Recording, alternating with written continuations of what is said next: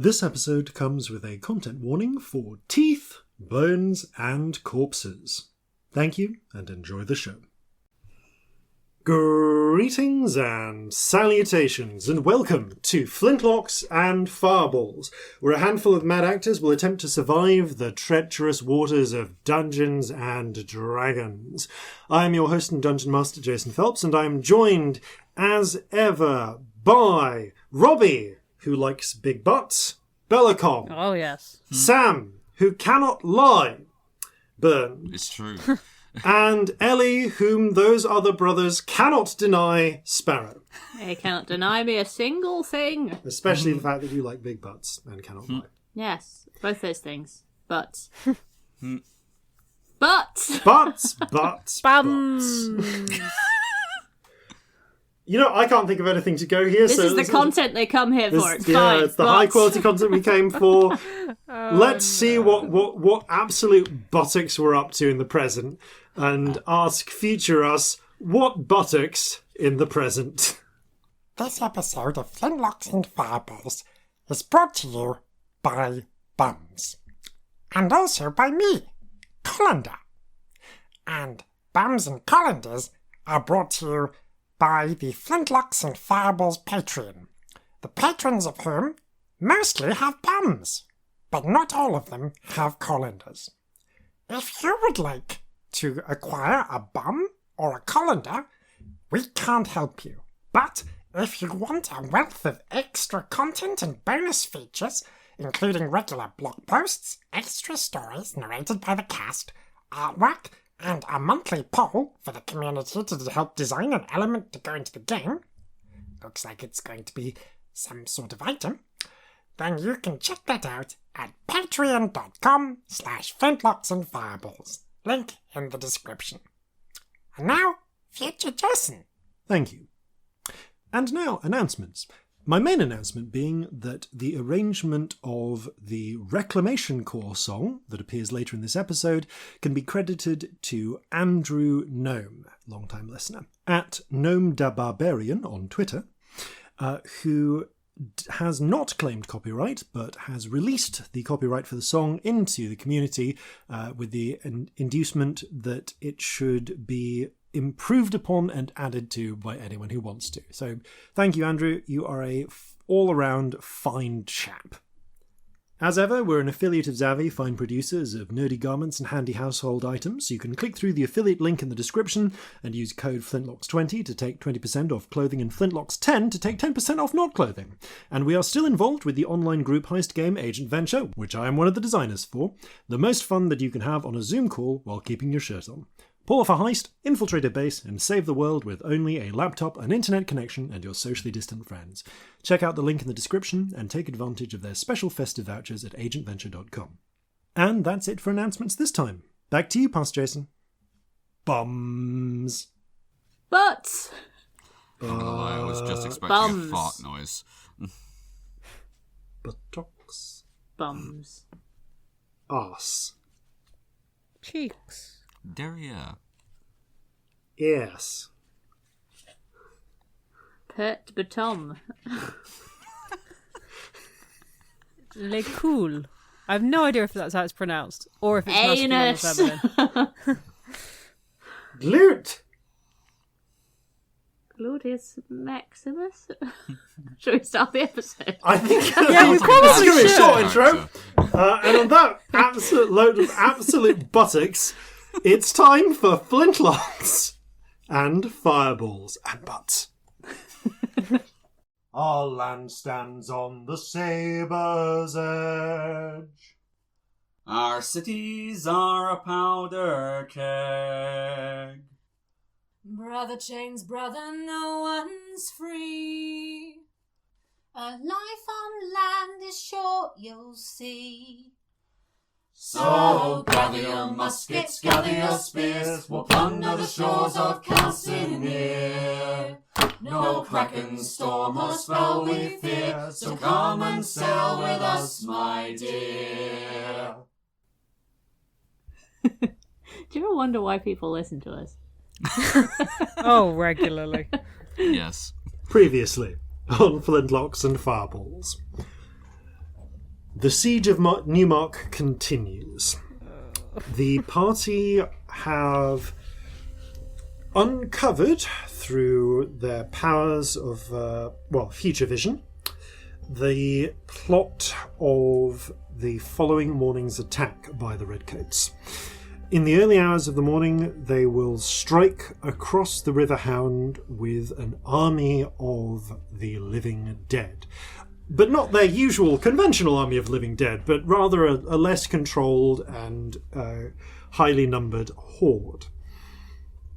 Further investigation and consultation with various experts leads them to believe that the necromancers, the resurrectionists, who essentially operate the Reclamation Corps in the 13th Regiment, are engaging in some form of mass reanimation, whether that be through specific magic or by simply piling a ton of corpses together and allowing them to reanimate through more, quotation marks, natural means, because, as has been established, the dead rise in Calcinea if you leave a body unburied and without the last rites for longer than 24 hours. And we never question that. Everything's fine.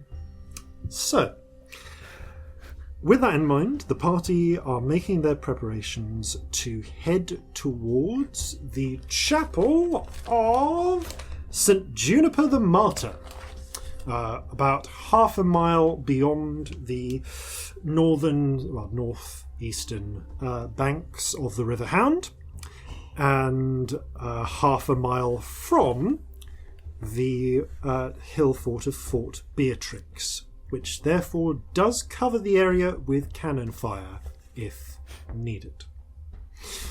Now, the chapel and its attached charnel house are both in the middle of a large encampment, possibly belonging to the 13th Regiment. It is outside of the fortress of St. Beatrix, but it is well defended, even if there are not permanent emplacements in position. To this end, the party have, through the aid of their long-time ally and sort of maybe hag friend Clara Off, acquired a handful of useful potions, including some 3 doses of Face Shifter Potion, which will allow them to assume the forms of anyone whose biological material, specifically from their body containing some flesh or blood, is placed into them. They have harvested scraps of flesh from 3 corpses formerly belonging to Redcoats. When I say scrap, name it. I named it. You named one of them Peter. And that was it. It was Peter. Peter. And guess what? Peter is actually the body you're going to be taking. Hooray! Yay, Peter. Having just left the member of the Deadeyes, the gang who are running your own undead troops, you have acquired scraps of flesh belonging to 3 different bodies. One is, as best you can tell from their sort of from their formaldehyded and preserved state, a female orc with, you think originally greenish grey skin and black hair, maybe in her 40s, who is not that much shorter than Celestia. Mm-hmm. A relatively short for a human, fair-skinned human man with a square jaw and blonde hair. Peter. Who you have named Peter. I'm just going to make a note of that. With an A. Okay, Peter is very is very insistent upon the ethical treatment of animals. I think it's also a name. It is actually also a name. No, it is, yeah. It is actually also a name. There was a girl in my class at school called Peter. Yeah. Oh. And a male halfling, olive-skinned, with curly black hair and a beard, in about Corzin's age, in his 60s. Okay. Hang on. Well, you're slightly below that. He I'm might. 59, I'll have you know. Sorry. I mean, not like as Not of tomorrow. for long. For at least another 24 hours. At this point, for another 11. It's approaching 1 in the afternoon. Oh boy, okay. Why did we not do present shopping when we shopped for Clara? No one knows. Corzin was with you at the time, and it would This have is been true. awkward. Hey, This is you've very gotten true. your present. You got your present from Clara early. Yes, I did. Oh. So you also have a few other potions that you got from Clara. I hope you've kept notes of those. Yeah. We've got one gaseous form potion. I've just written cloak. I don't know what that means. It's the Oh, one it turns use. you into a rock. It's the one Oh, use yeah. cloak of camouflage. Disguise. I'd only written cloak, so I'm glad that Yeah. other people had remembered. And 9 alchemist fire, Yes. which also could be good for throwing into the pit. Yep. Excellent. Yep. Yes. You also have, I think it might be about a gallon, a little bit less than a gallon. A gallon is 12 pints, isn't it? So 3/4 of a gallon. I can't remember imperial volume measurements of holy water and 3 vials of holy It was oil. 8 pints of holy water. Yeah, 8 pints of holy water. So basically 8 uses. People who aren't from the UK, if you want to have fun, ask people from the UK if they're metric or imperial. Yeah. We live in a bastard system where some things are metric and some things are imperial, and no one really knows what the rules are. I measure my weight in pounds and stone, but I measure the weight of food in grams. Yep, it's very weird. Rulers for like measuring small things are centimeters. If I'm driving somewhere, it's miles. Yeah. No one knows why. There are no rules. It's anarchy. Directional anarchy. Anarchy that weighs things in grams or stone. Oh, standardised weights and measures. Yeah. Height is often measured in feet, except sometimes in meters, and no one can decide which. Yeah. It's in meters Yeah. at theme parks and nowhere else. Yeah. Yeah. Arbitrarily, the rule is if it's to do with science, it's metric. If it's just in your house day to day, it's imperial. Well, at theme parks, the heights are definitely measured with science. So, Which is really that makes weird sense. considering we came up with the imperial system. Yeah. What is happening? I don't know. Anyway, moving on from that little digression, it's about 1 in the afternoon on the 14th, I believe. Yes, Yeah. Old Falling Leaves, 1798. A wind is picking up, and in the distance, storm. the storm cloud, the distant dark is growing. In fact, I'm just going to roll for this. You just notice little dark spots appear here and there on the paving stones. Ugh. Why does it always rain when we have stuff to do? I know. It seems like the weather's against us. It does. I hate it. Don't want to be somebody else again. It was weird last time. Corzin actually, yeah, given that we've been rather busy today, and I haven't said that I definitely have done this, Corzin is going to put a hand to the ground and cast Primeval Awareness. Okay, you are on the Undead. coast. So many undead. Oh, undead, yes, but that's not what he's worried about. Okay, you're on the coast. So, let's 6 miles. 6 miles, and up to 1 mile inland, because of the weird way that works. All right, you can, as you pulse your awareness out,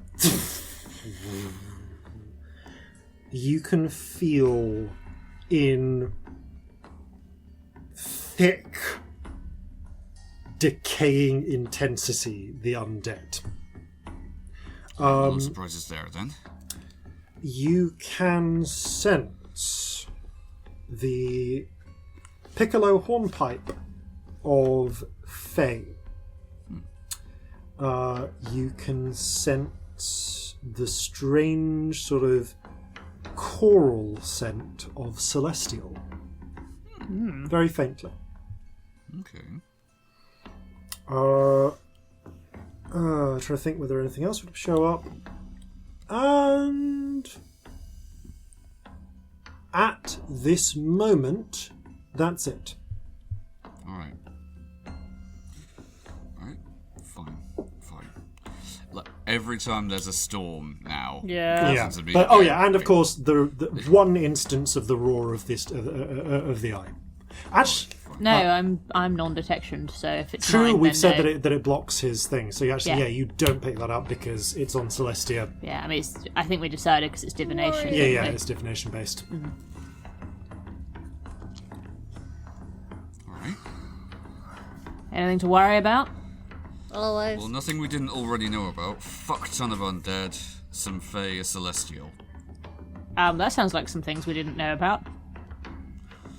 Wasn't the Celestial there before? Didn't we do this? There was. There, yes. every time you have done a pulse in Newmark, Oh, right, okay, you it's have been gotten there. a faint sense of Celestial. Oh no, we have heard of that. We just don't know what it is. Yeah. Fun. But we've been No, in it's- like the churches, like the saints have strong presence here. I wonder if it's that. Oh, Could be maybe. that It simple. makes sense. I don't know. Yeah, I for mean, a it could fact, be. but It could be who we talked to at that church we broke into, couldn't it? Could be. Oh, fair point. Boy, we're the worst. It's just when the weather gets like this, I've got an You've got to early warning check. system now. Yeah, no, it you've got seems to. silly not to. Oh, entirely. Yeah. Did see the storm later. Never the wrong number of lightning flashes in a row. That's comforting to know. Last thing Unless we it need right happens now. after the point where I saw, of course, which is always possible, but Yeah. it didn't look like it.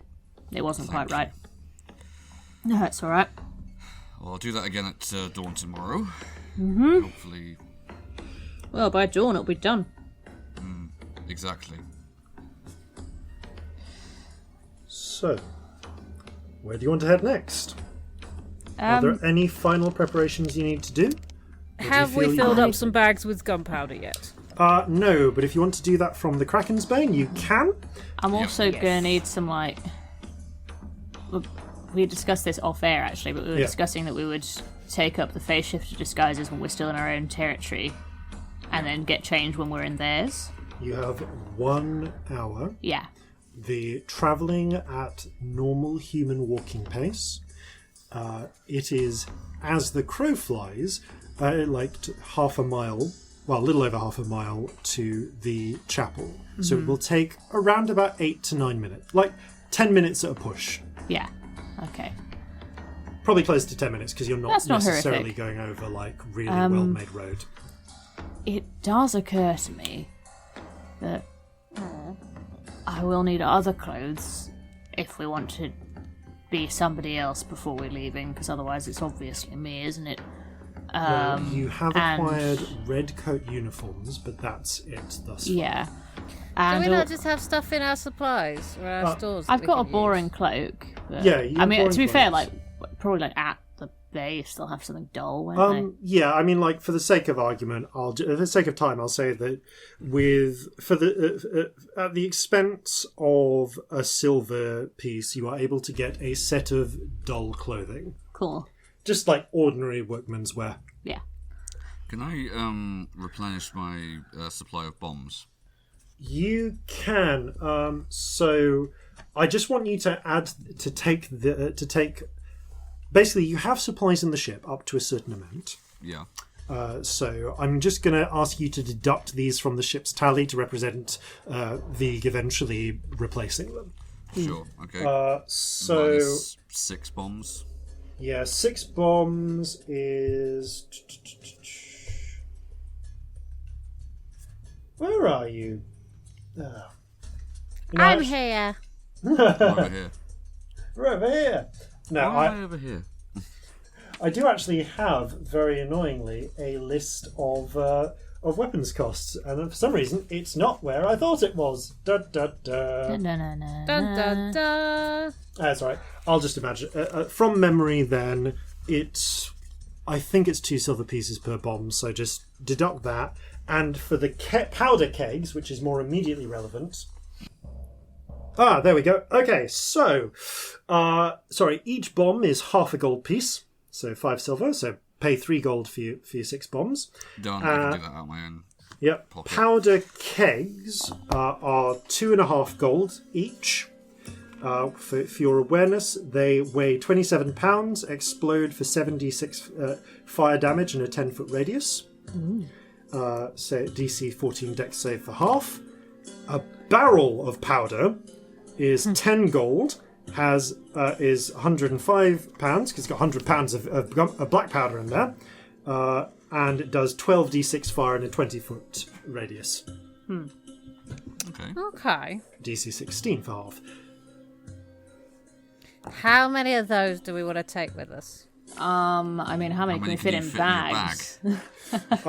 Same train of thought. Yeah. So I have given you stats in your spell for what the maximum limits of the bags of holding are. Yes, you have. I've got From- it here somewhere. But from memory, I think they're the same as the standard bags of holding as the magic items. Like so a hat box. if I just grab this, yeah, it's about the size of a hat box, and the weight limitation, I think, is where we want here, because up to £500, no more than... Right, no more Yeah, than 2 for down to £500, 40. 64 cubic feet. Cool. Basically, you can take 1 powder barrel per bag. Okay. But if the barrel goes off, it will obviously destroy the bag. Right. But then Yeah. explode outwards. So it would be a matter of getting the barrels out, ideally. Unless you want to make your bag of holding disposable, in which case you just need to get it into place and then somehow set the barrel off. But they are just bags at the moment. Like, they're not special bags or anything. Other than that they're currently magic bags. I we mean, could blow up a bag. Yeah, it'd probably be destroyed so no one would find the weird magic. Well, think if we it'd be just fine. turn it upside down and tip it out, I was thinking is the other option. Yeah. Take the bag That's with true, us. actually. This is also an option. It would yes. probably be not particularly different. Just Yeah. in terms of how much we're taking, is this going to significantly affect our ability to load and fire our guns if it comes to a battle? Well, the bags Let's are like they weigh like 15 pounds and the size of a small bag. Yeah, they're basically they can basically be anything. Yeah, because you made these all out of quite small bags. So so these are these like messenger bag sized, or are these like belt pouch sized? I was thinking like messenger bag. Yeah, that's about right. Like a little sack more than anything. Yeah, like a little sack. I mean, just for example, something weighing 15 pounds, for example, is a vacuum cleaner. Ah, Okay. Or like a kitchen stool. well, that's not too bad. Yeah. What I was more thinking of is if we're taking this black powder from the ship stores, is the amount we take going to significantly affect our ability to... Oh, no, right, no. okay. You have... I didn't think so, but I wanted to check. If you... it's not going to significantly affect the amount. Within the day, I guess not Vig, but Molly, because Vig's resting, will be able to purchase replacement powder. Or at least get it in. Yeah, We'll just let her know before yeah, we you don't need to worry. trips off with it. This won't massively affect your ammunition capacity. That was what I was just checking, because I thought, that's not an inconsiderable amount, like pound-wise. Yeah. No, totally. The other thing that I did think of was I'm going to need to hide my instruments. Oh, yeah, you can have a bag if you like. If I walk around disguised but with my fucking guitar, it's a problem, isn't it?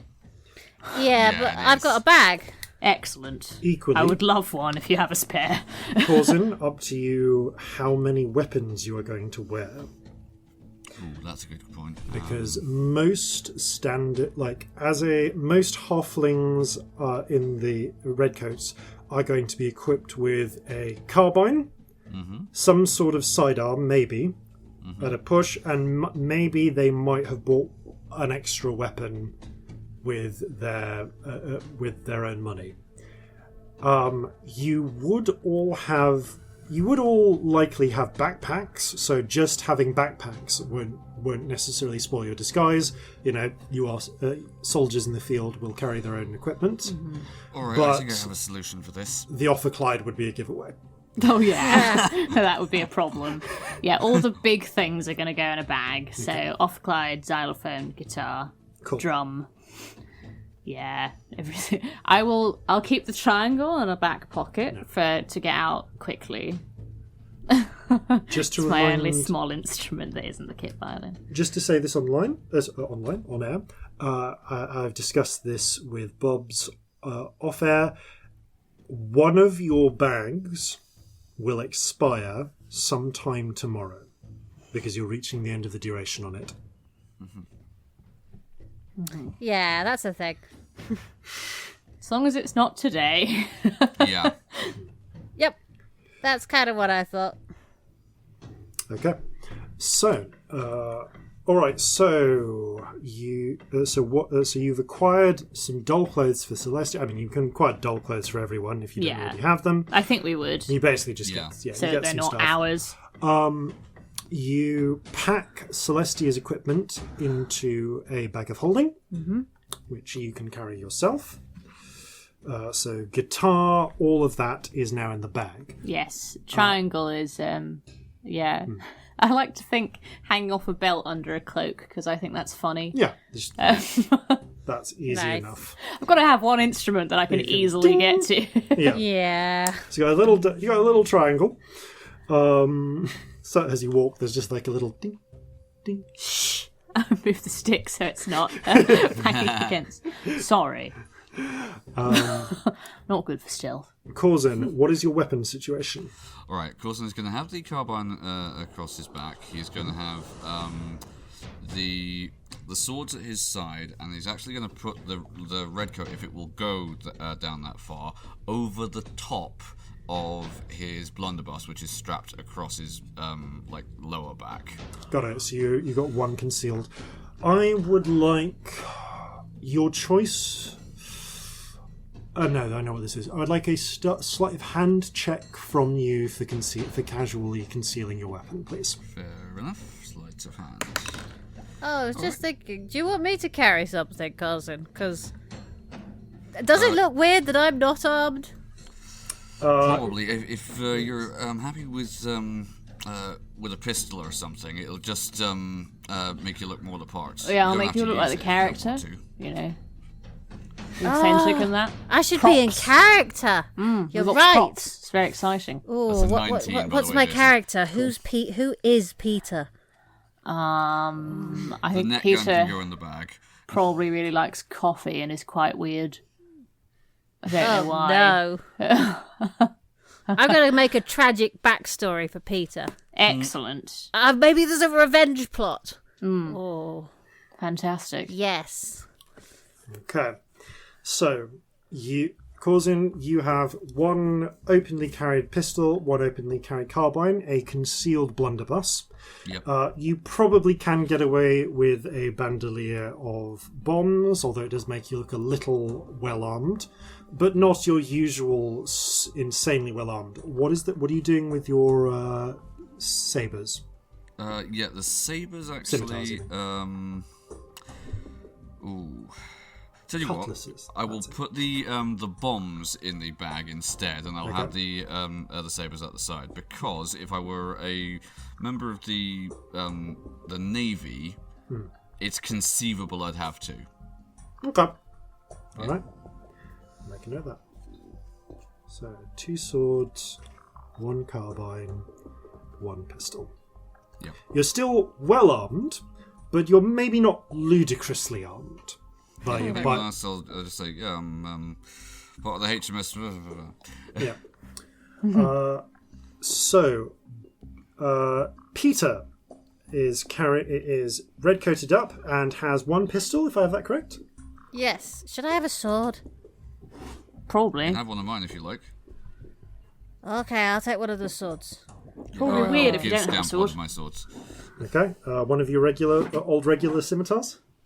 Yeah. Okay. So you got one. I mean, they're barely out of the Cutlass backpack even. these days. Yeah, Most of you them have ship them as spare stores. weapons. Celestia, you have your rapier. I have a rapier and a flintlock, yeah. Flintlock. So I think I'm probably okay. Got it. Okay, pistol, rapier. Okay, I like wrap a bit of cloth around the hilt so it looks a bit less posh yeah, that's fair enough. because it's slightly fancy. Okay. All right then. If you are satisfied with your preparations, you're currently in your dull clothes, but you have red coats packed away so that you can put them on. where do you want to make your crossing? The narrowest point that's still in the city is Bow, and it is pretty much the same place where you saw the undead kind of come across in your vision of the future. It's actually the place where you clung onto rowboats coming over when in the first place. We can breathe underwater, can't we? Yeah, we can. Yeah, we can. And So we you don't can have to drive us out the openly other cross. side. Yeah. Other options include going out into the bay, going across the water, and then coming up further along the coast, or going further upriver and crossing there. Let's have a little walk underneath. I can stick some of your stuff in a bag. Mm-hmm. That'd be helpful. Because, yeah, we don't want to get it too wet. There is part of me that likes the idea of not coming in the same place we're planning on going out again, if that makes any sense. Yeah. We have no idea which way we're going to go out, though. True. Very true. It could be any way, couldn't it? I feel like we've horrendously underplanned this, but I I also have feeling no like- idea what I else also to have plan. literally no other plan. Yeah. I have a feeling like when we're leaving, it won't really matter by what means we're leaving, so long as we're doing it fast. True. Relevant question, actually. If you're including them in the mission, what are Jeffrey and Marjorie's travelling conditions here? Oh, boy. Or are they staying at home for this one? Oh, no, Jeffrey's coming with. Okay, Marjorie, I guess... Well, Marjorie... Marjorie can meet us on the other side of the water. Okay, so you can send Marjorie to a specific position. Because Marjorie doesn't like getting wet. No, she does not. Not in her current form, anyway. Jeffrey loves a swim. And hates a bath. Well, you better put him in a rucksack or something. Surely he's an identifying feature by this point. As you're discussing this, a spent newspaper wafts past with a caricature of Jeffrey burning down the dry I catch dock. it. I mean, look, come on. Really? I mean, it's a good likeness. Hold on to that. I will frame that. That is I going give it to on my Jeffrey. wall. Yeah, enjoy. You're Jeffrey. famous. Jeffrey rips off the page with himself on and tucks it down into his little vest. Excellent. Well, I suppose it's better than eating it, I guess. He then starts eating one of the other pages. Jeffrey will go under my cloak. Jeffrey's very good at being small and hidden. That is true. It's how we lose track so often. Sometimes we forget he's there, yes.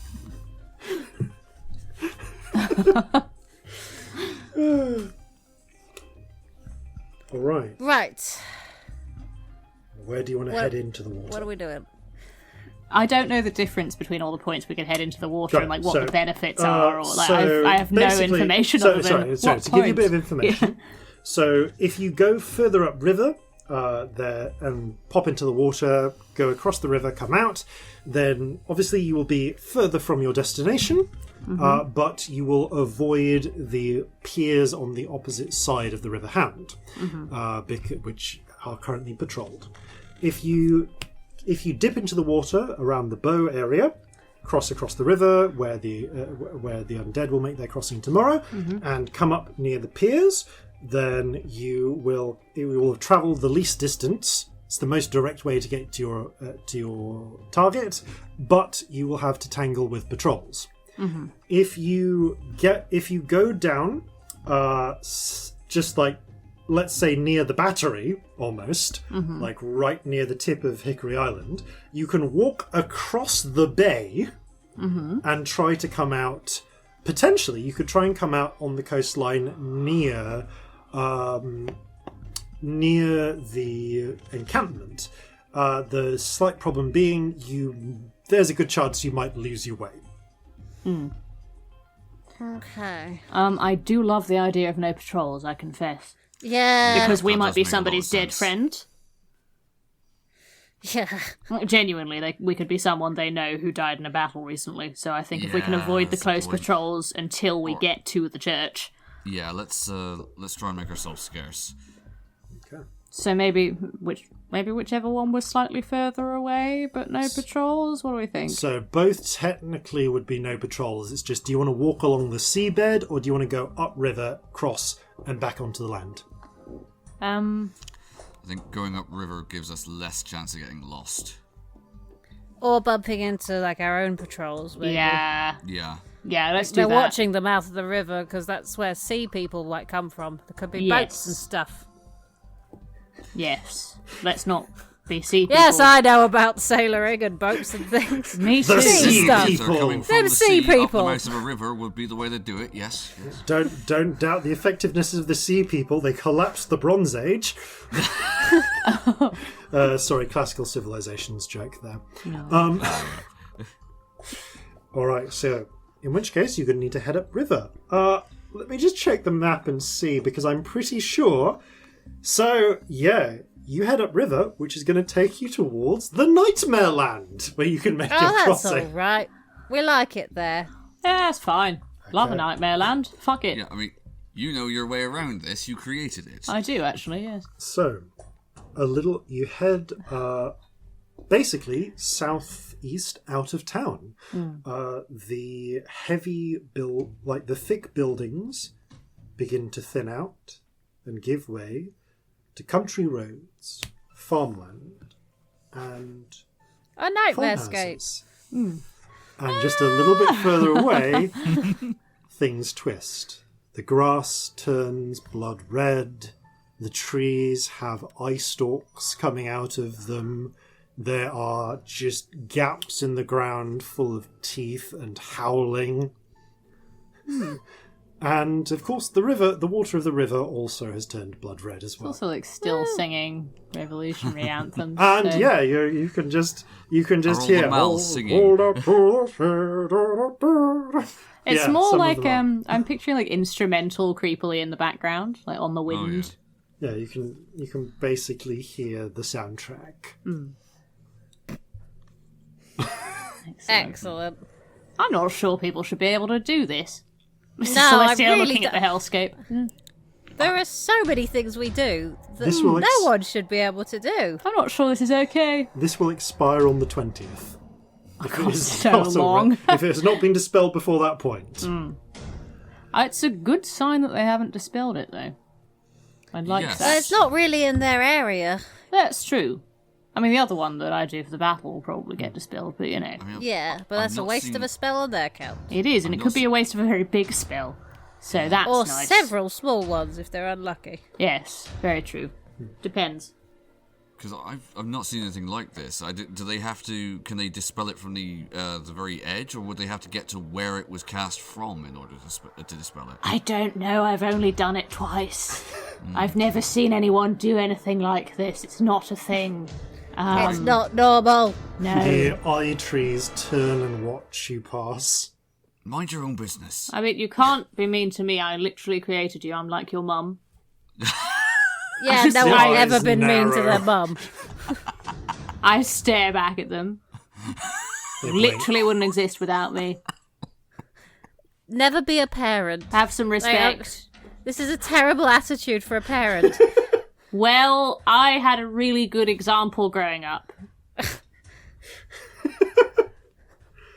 This is what parenting was. It's probably wrong. Yeah. And I'm not going to go and hug the eye tree and tell it to believe in itself, so shut up. Maybe you should.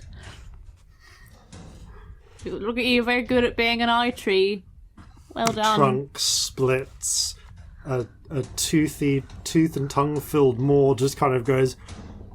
I called out to the king. That's very good. You just Well, give that a berth Goodbye. and get to a point in the water where you are easily able to slip down into the crimson depths and walk across the shale. The river here is honestly quite fast, not terribly fast flowing, but there is a strong current, so I just needed an athletics check from each of you, please. Hold on to. Okay. Yeah. why would you say that? 18. It's a 1. It's Oh, a 3. Oh god. There is a. You're not sure. Maybe there's a flash rains further upstream or something, or maybe it's just bad luck. But there's a point where Celestia is just where the current just speeds up for a moment, and Celestia finds herself washed about 20 feet, not far, like about 40 feet downstream. Before catching herself. But she does gash her arm a bit on some rocks. So you take... Come on, where are you? There you go. Just 4 points of slashing damage. But you do... fortunately, you haven't changed into your redcoats yet. But your dull clothing is a little bit scuffed up. That makes sense. That's fine. You clamber up onto the other side. And I guess then we'd need to phase shift. Yeah. We should have done that before we got in the water. Oh, we should. Do you want to do that before? Well, we can say this moment happens a bit later then. Mm-hmm. All right. That was the plan, wasn't it? I think it was. You were going to phase yeah, shift before you left town, up. wasn't it? Basically, as we got into the water. Cool. So As you it get into the lasts water. us- Got so it. that we're not emerging as ourselves. Right. So at the moment before you step into the water, or you uncork the 3 little vials and knock them back, there is a moment of overwhelming nausea and pain as you feel your flesh resculpt itself. Your skin colour change quite dramatically in Scamp's case, and just for some of you, and for at least one of you, you're like hair. Your horns shrink back into your skull. Ow! Ooh. And a mane of blonde hair come into place. Did I think to get some shoes? I mean, I think maybe I don't know. the shoes If are we got part of the uniform, uniform. I feel like we'd get boots, So you wouldn't do we? get boots. They did make as your hooves transform into feet again, which is an I don't experience like you've had this. Ugh. before. Roll a luck check. I hate this. Oh, natural 20. The boots fit perfectly Oh, thank when you do put them on the other side. Regent for that. The three waterlogged, bedraggled figures come out of the water on the other Try side, everyone. and with a few clicks and Thank puffs you. of the And all rainbow the spirit, weapons, like just prestidigitation solidly for yeah, a you minute. just mist around you as everything dries out. Thank you very much, Celestia. No worries. And you take a bit less than a minute to put on your new red coats and stow your dull clothing. Tool up sequence. I feel kind of fabulous, honestly. You Yeah. are. Yeah. Stylish. There is now one orc woman, one blonde human man, Peter. and Peter, One and Peter. one bearded halfling. Celestia kind of like looks down at herself and looks in the mirror that she's obviously got because she's Celestia. I really think she looks like a Susan. What do you think? Susan Yeah, works. I can see that. Okay. I always thought that'd be a good name for a cat. Susan the cat's a very good name. Susan the cat. Now, because you've gone upstream a bit, this is added to your travel time. So rather not too massively, but it's going to take you 20 minutes to reach the camp instead of 10. Okay. So you're going to have 40 minutes left of your transformation. Honestly, if we're still there by the time we're changing back, we have such a problem anyway. Yeah. I Now, hope so. assuming, of course, nothing happens in the meantime. Peering out ahead, it is early afternoon. The sun is still high, even though there is now a light rain, more like a more like a sparse drizzle that is what we call spitting, along with a sustained soft breeze. And up ahead, you can see the rolling plains. These plains are actually quite thick with farmland for the most part, especially this close to the city. Arable land is much in demand, and there have been a good few hundred years for colonists to arrive and carve out their own farmsteads. Many of these farmsteads are currently either abandoned or the homesteaders staying close and keeping their doors locked and barred. No one wants to be caught out. But there are still people moving. A little over, as I say, not quite half, maybe 3/4 of a mile away. Also, you can see. Actually, no, it would be just over a mile away now.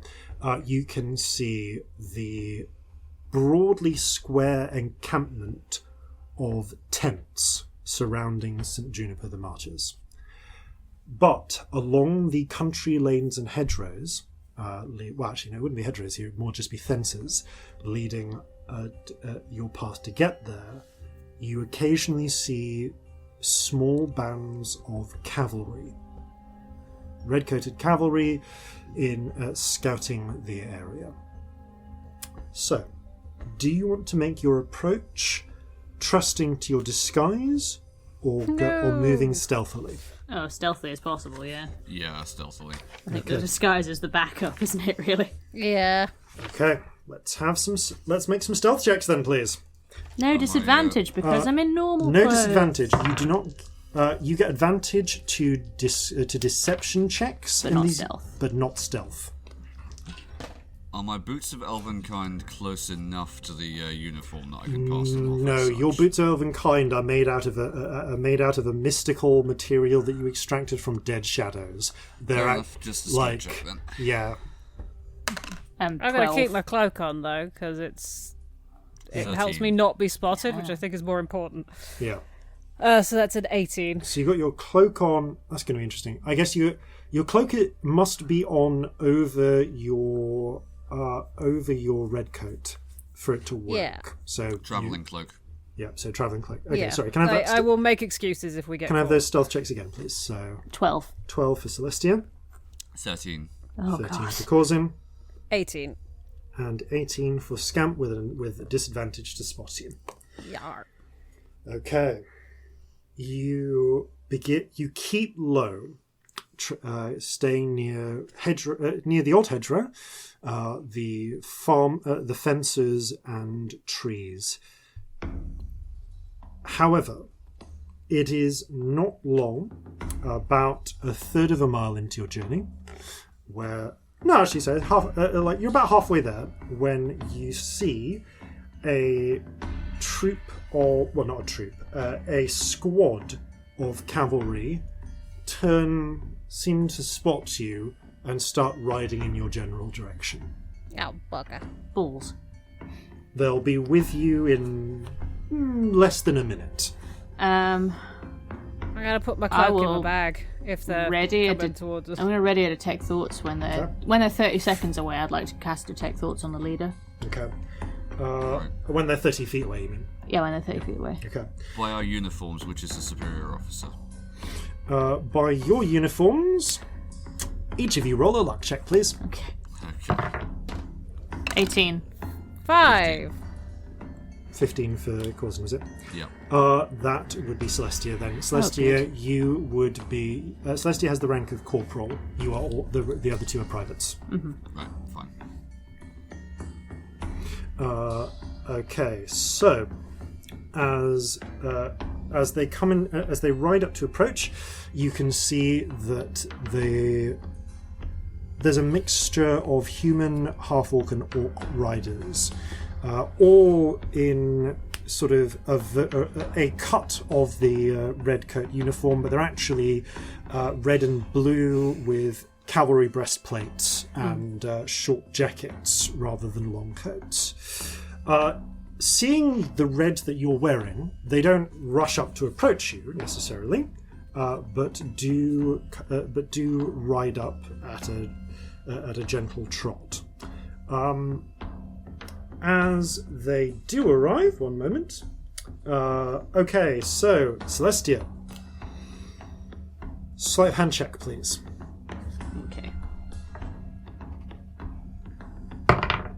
Natural 20, Natural 20. Nice. Okay. which is important, so that's good. Okay, so you would Yeah. hear. So as they approach, the first thing you hear as they call out just before they come into range is, "Who goes there yonder?" And just as they come into range, you overhear the cavalry sergeant think, Why is these three so far away from the camp? Let's just listen for the response to the challenge." God, what do we say? No names or anything. I think with a natural 20, you would hear. Then there's a bit of luck in there as well. So you also hear him. You also hear him think. As there's a moment of hesitation, you just hear him think, "Yeah, come on, salute the Queen, and let's get on with this." Do I know the salute to the Queen? Sounds like. Good question. Roll a history check. Oh God. That is a 12. Oh, it's literally "Long live the Queen."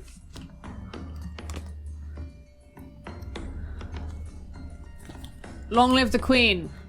Long live the Queen! Long live the Queen. The Regent and her right. And you hear him think, good, yeah. Worried for a moment, says they might be spies. He does frown. Corporal. Mm-hmm. What are you doing out here? We've been told to report back to the church. We were sent on a very brief running mission. Didn't need many people. Roll a deception check with advantage.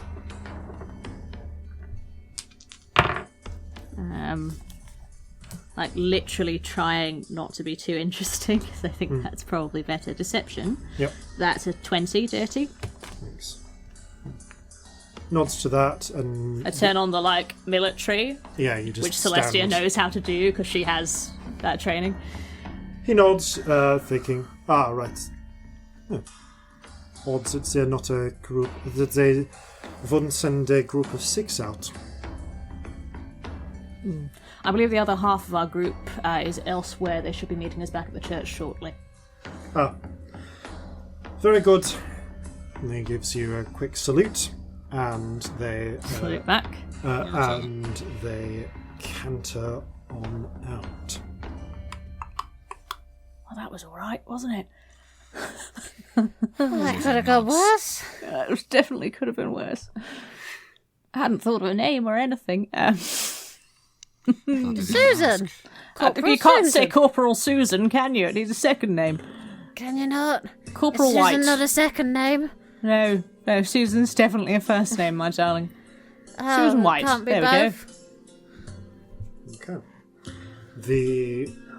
You continue your approach. The rain, over the next 20 minutes, the rain just gently thickens a little. Not enough that there's any damage to your ability to fire. That will come tomorrow. But you do find yourselves approaching the outside of the camp.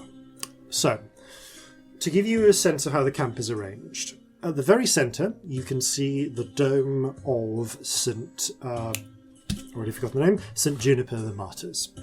And what you think is, and the squat square building of the charnel house beside it.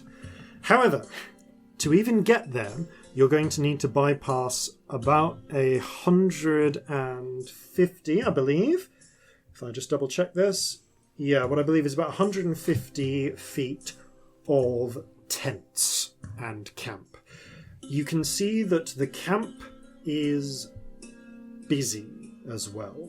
This is an active military camp. There are hundreds of people here.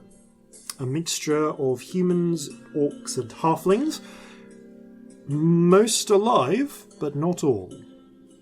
Standing grimly, muskets ready around the outside.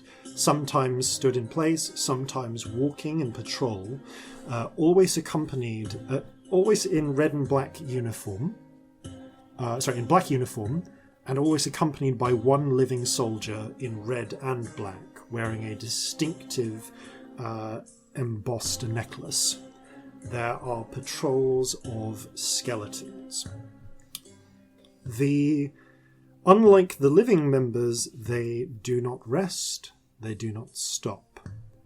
But many of the living members do rest and stop, and you can actually see that about 2/3 of this camp are just ordinary living people, some of whom are soldiers on alert, on patrol, many of whom are on their time off or are washing their uniforms in washing baskets, cleaning their weaponry, that sort of thing. And there's also a bunch of people who aren't wearing uniforms, who just seem to be essentially doing odd jobs, cooking food, and all the normal stuff. The army's support stuff. Camp followers. Camp followers, yes.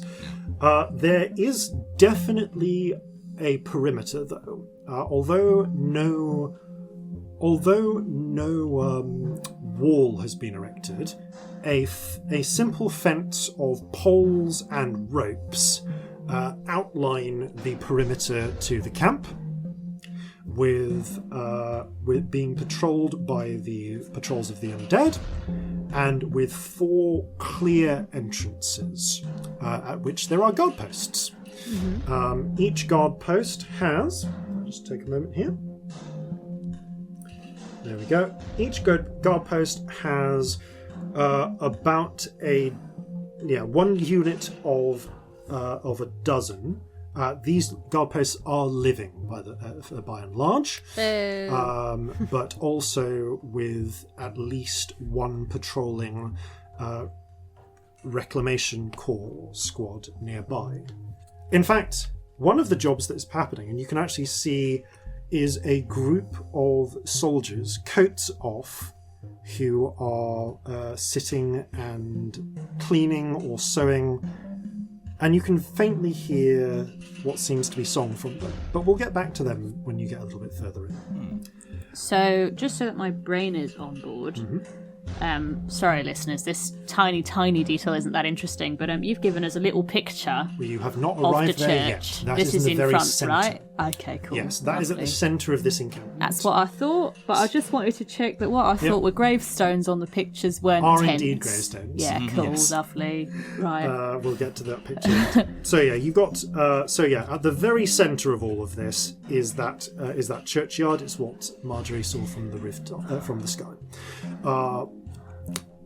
So I guess the question is: do you want to approach the road? By the road or over the perimeter. I would note that there are clearly delineated streets between these tents, including streets that lead from the entrance directly to the churchyard. Mm-hmm. Are there points where there are already a lot of people in red going in? Roll a luck check.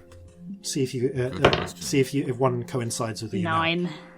Not right now. You do see one squad entering, one squad leaving through different exits. One to the north, one to the south. The 4 entrances are arranged at compass points, but there's not currently a large troop going in and out. Are there any checks being done as they go in and out? Yes, the troops being sent in appear to be being stopped and some sort of exchange happening. But from a distance, you can't quite tell what. I mean, maybe. Perception check. Okay. If anyone else wants to join me, of course. Oh, yeah. Yeah. Hell yeah. That's a 9, so Ooh, go. that's good, actually. That's a 23 from me. Based on sight... Oh, actually, that's the point. Am I wearing the belt? You can't be wearing the belt. belt. Would No, I make you can't be wearing the belt. incredibly visible, because you'd have Okay. you have tattoos everywhere. You can't have a normal like In which uniform. case, that is a mere 22. 22. Okay. 22 and 23. You can see what appears to be a standard. You can just faintly overhear the same challenge as before. Like, who goes yonder? Actually, sorry, wrong. Who goes yonder? Long live the Queen! Yeah, the Regent and her ride. Where are you going? We're reporting out. There's. The gravediggers need a few extra hands. Well, they haven't got enough dead ones? Yeah. Apparently there's some troubles that they need a bit of extra assistance with. We'll be back should be back in a few hours with some extra stiffs, you know? Yeah. They wave them past. And that's the group that's going a good out. excuse. Yeah, follow that lot. Yeah, fuck it. Well, that's what's going out. And you see the We group, need a group the going group in. coming in. You hear a similar exchange of who goes yonder? Long live the Queen. Yeah, the Regent and her rights. What's your business? We've just been out to requisition supplies. We got some wine to bring back for the commander. All right, okay. Through you go. I'm gonna say maybe we've just been out helping the gravediggers. Yeah, we've just done our shift on helping them. Yeah, now it's rest time. Makes It sense. would be really good if we could persuade one of the reclamation lot to give us a repeater and we could just... could we take control? Because that would be a really good distraction. That'd be really fun. That would be. Probably have to be a suggestion or a charm or both. Yeah. Well, if you could charm one of them, could you convince them perhaps that you were there to relieve them and that they should give you yours? Or give you theirs, rather? It is worth noting the Reclamation Corps have distinct uniforms to you. Okay. Yeah. They have red But and if we black could uniforms. persuade them You to have give red it up, ones. just swap uniforms. But that's not going to work on a charm. They think you're a friend. That doesn't make them stupid. No, it doesn't. That'd be a big ask. So, you approaching the checkpoint? Yeah, let's get in first and see if okay. we see what the lay of the land is. You head See what happens. towards the checkpoint, and the dozen or so soldiers there. One of them looks like a sergeant, basically a sergeant. Actually, it wouldn't be one of the sergeants. It'd just be one of the privates out front. Kind of raises a hand. You can see they've all got the standard sort of musket and sidearm arrangement. Mm-hmm. Halt! Who goes yonder? Long live the Queen. We've just Regent in the right. we've just been out helping some gravediggers. We're just off shift.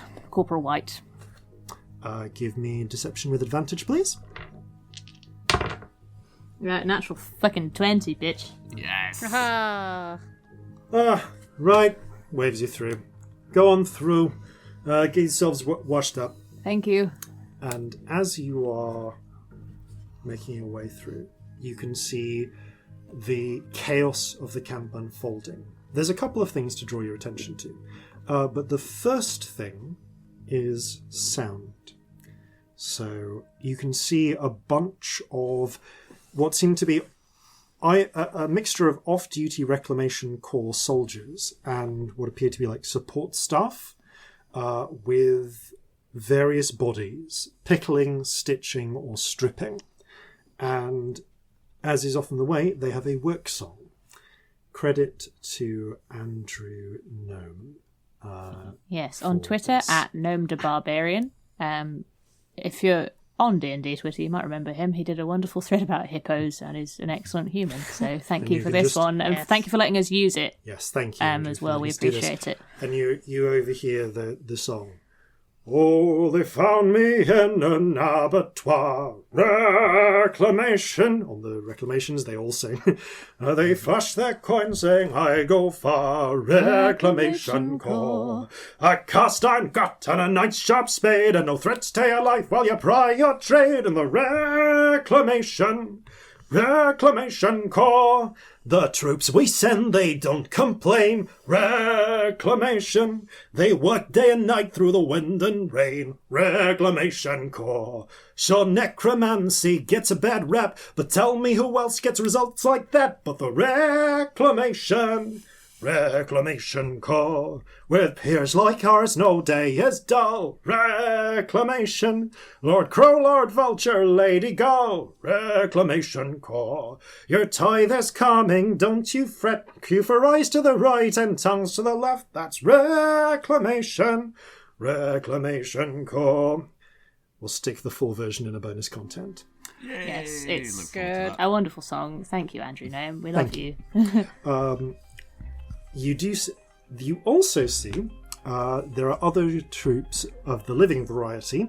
Well, they're all of the living variety, but those not attached to the Reclamation Corps itself, who are busy relaxing, drinking, and in one case, playing cards.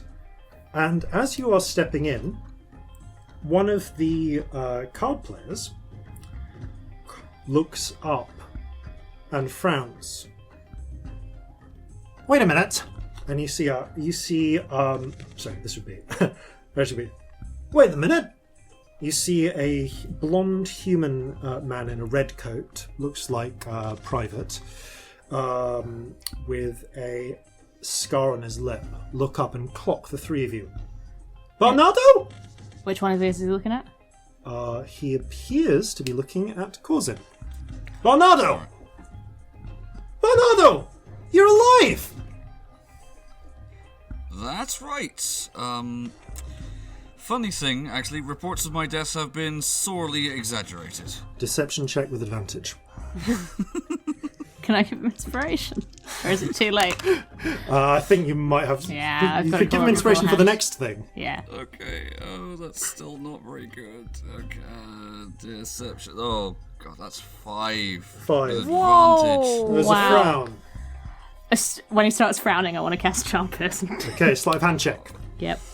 against the damn it. collective passive perception of the count. That is... well, that's not bad, actually. It's a 15. Does it look like it's about to work, or does it feel like it's about to fail?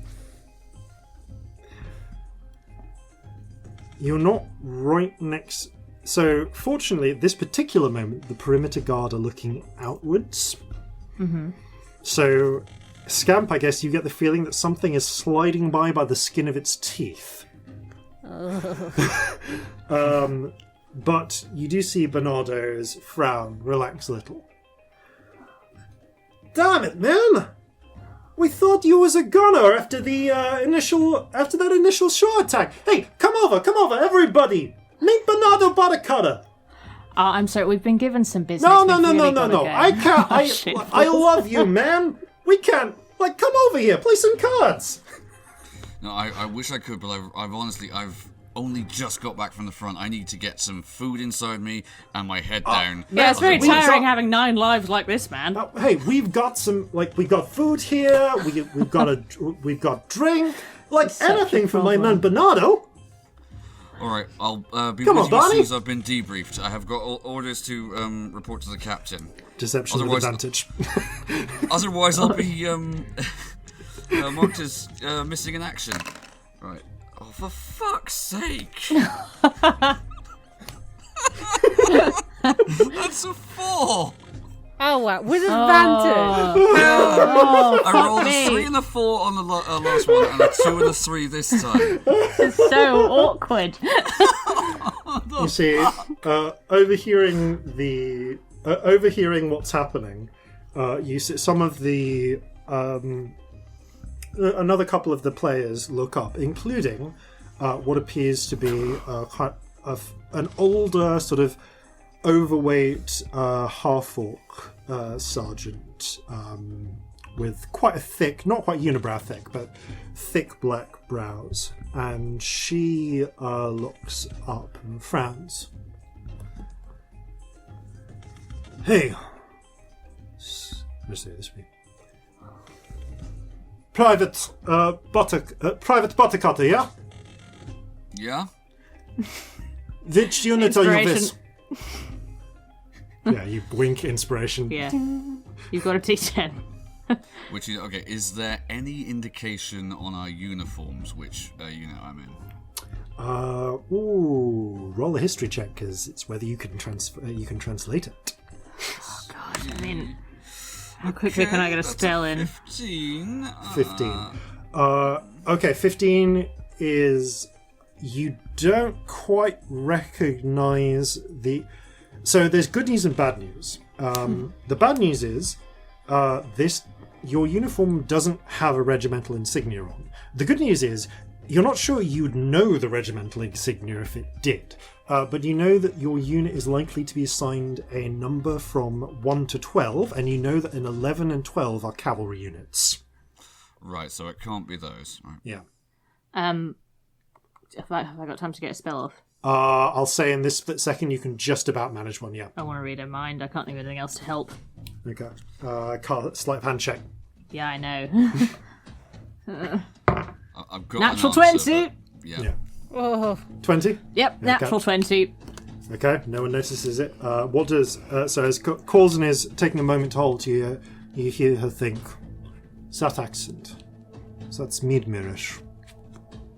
Something's wrong." She's clocking us. I've messaged the other two. You just... Where is your message stone right now? Well, your message, do we have hats? thing. You have hats. It's up in your Yeah, hat. So, yeah, this- you just I've reach been up and picturing a hat. Yeah. You reach up and you I like scratch my scratch head, your yeah. forehead and... yeah.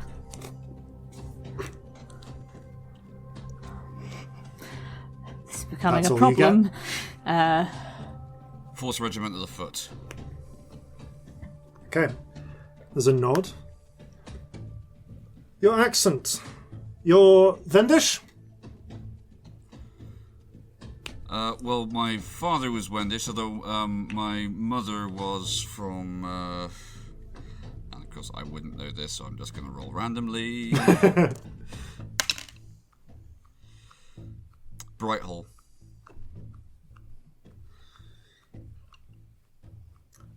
Barnardo, you say? Yeah, Barney's the best. Love the man. Sit down, play some cards. That's an order. All three of you, you're welcome to the table. Oh, thank you very much. I'm not Does much this, of a player, this but I'll soldier's rank watch. insignia show her to be? She appears to be a sergeant, Sergeant. so she outranks all three of you. Okay. Not technically your unit, so there's like some debate about chain of command here, but Alright, but the captain's not going to be happy about this. sheath friends for a moment. I'm going to message to the other two. I think we should go with it. I don't think we're going to get away with not going with it. Yep, I do sit down. She but sits, I will make that comment. sits down, and you hear her think. Let's just do a simple fourth was the foot, was it? Right. Let's do a simple test and see. Message to him. She's going to ask you some questions. I'm going to give you the answers out of her head. I'm sure I can sort things out if it's Captain Hammer. You just hear that sense that Hammer is a lie. Not the Hammer captain's is my- name. Captain who? She nods. Sorry, you must have. That's just. You might call it a bit of a nickname for the captain. And then although you do hear her think, not that one would ever call Captain Forsyth a hammer. Captain Forsyth. Is that because he was part of the engineering corps or something? It's more of a comment on his sexual proclivity, if I understand what some of the camp followers have said. And I you hear think it's my think. business never to ask questions about a superior officer's sexual conquests. I want to hear what she's saying. Whereas I'm very You- curious. you- Captain Forsyth, that's what they call them. You hear her think. Yeah, I've heard he's like if he yes. That's what if the camp followers didn't say that he's about as limp as well anyway. Yeah, I've heard things about him being limp. Sorry, I really shouldn't say that out loud. You should not. Sorry, it's been a long day. Long for all of us. Isn't it just? Deals them in some cards. What's the game they're playing? So they are, for the sake of my sanity, I'm going to say they are playing poker. So just either luck or deception checks for a round. I've got no money. slightly more deception than I have luck. So What I'll would go for that. Scamp's rank be? I would actually know. Scamp and Private Bernardo Buttercutter are both privates. So they are Private, I'll spot you. I know you spent all your money in the bar the other night. Thank you. Much obliged, Corporal. There's a tense round as the sergeant continues to grill you gently. I will cast again if I need to. Oh, yeah. So just So let this me is know going to if I happen do. within the course of the minute. Mm-hmm. What is it that Captain Forsyth sent you out for, then? Do I hear anything? You sense that she doesn't. This isn't a particular trap. She's just listening for the answer. Oh, we're out helping some of the grave diggers. Apparently they need extra pairs of hands. She frowns. You feel her next question doesn't come from a trap. It's just something that she's genuinely puzzled by. Like, what, are the stiffs not doing it? They run into some things they couldn't handle? We were kind of on the edge of it all. I got the impression that they were struggling with something, but we didn't get all the information. We were just told to start digging. We just did the sort of normal, everyday digging up ones. Yeah, got the impression that maybe they'd sent some people elsewhere and they needed us there. Not entirely sure. The private, who I don't think is actually given his name yet, but who is Barney's friend, nods enthusiastically. Yeah, I heard they're really sending everyone afield now that they're onto the second batch. Private Manvering. Sorry. You hear the thought of loose lips and sunken ships and all that. Yeah, well, we're just lowly privates. They don't tell us anything. Yeah, I think they're trying to reduce the spread of information. That is for the best. I was told to know as little as possible, to be honest. I'm very good at that. You are very good at that. There is a... I'm just going to roll it. So, can I actually ask everyone to roll their deception or luck checks for the poker game, please? Yeah, I rolled mine. It's a 12. Yep, 12. That is I did 23. 5. Okay. I rolled luck. I don't think my brain's on the poker. Yeah. Considering I'm reading people's thoughts and messaging to the other two. Yeah, Scamp, you win the round and take 3 silver pieces. Ooh. There you go. You've made up your shortfall. Drinks on you, Private. This is all my money in the world. That's a fine sidearm you have there, Corporal White, was it? Yes. Where'd you get that? She nods to your rapier. The handle is covered, but it's still a rapier. Do I know a battle that these people would have recently had? This one, the initial fight to take the shores, would be the close. What would be the name for that? Like, how would I describe that? I, Ellie, don't know. So the private who's spoken to you, Private Manwaring, described it as the initial attack on the shores. The initial attack. Someone had a fancy one. Mine got damaged, so I thought I'd better pick up a new one. Hope that's okay. Didn't want to remain unarmed. Haven't managed to replace it since. You sense that she accepts this. They'll make sure you know how to use it. You need to use different fighting styles than with the standard sabers. Yeah, it's taken some getting used to, I can tell you. Another round? Sure. Okay. She folds you in again. There is you hear her thinking. Maybe I'm just a bit paranoid. Let's just check. So she immediately looks to Scamp. What's your name, Private?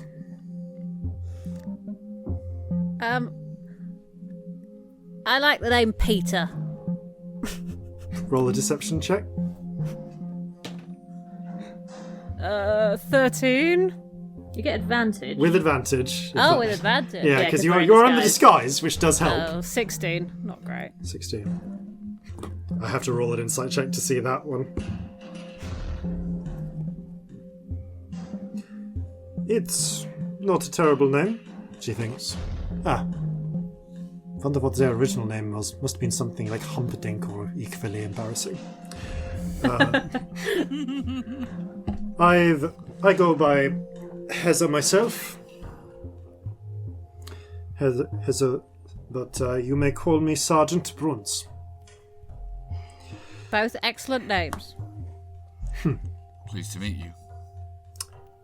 Everyone roll another luck or deception check. Luck. Celestia's entire brain is elsewhere. 2. 16. Dirty 20. She seems mollified at about the point when your spell ends. That's it, yeah. And there's a gentle tapping of the fingers. Bloody hell, I've lost again. Not doing well today. Regent's not with me. Actually, Sydney wins. So, everyone except Scamp, you lose one of your silver pieces, everyone else loses a silver piece. Yeah. 2 silver the one pieces who for this. called us over. And yes, man wearing kind of says, like, "Hey, this is clearly my lucky day." One of the other soldiers goes, "Yeah, don't lose your head on it, Sydney. What? This is a great day. My best buds come back from the dead. You know, everything's great. Drinks on you in the mess, then. Yeah." You see the sergeant look up. Another round? Sure. Okay. You take another round. When she looks away, I want to try and cast again. Okay, another sleight of hand check. This is going to stop working She looks soon, down but to I'm so take worried a- about her asking questions that I think it's worth it. Oh, I've fucked it, team. What have you rolled? Guess. Is it a 1? Yes. Oh no. This is the end. I fucked us. Okay. I just got so worried about her asking questions that I We couldn't should think have of just another way to left deal after with that it. round. I was thought the if time to I leave. didn't think we could get away with all 3 of us leaving.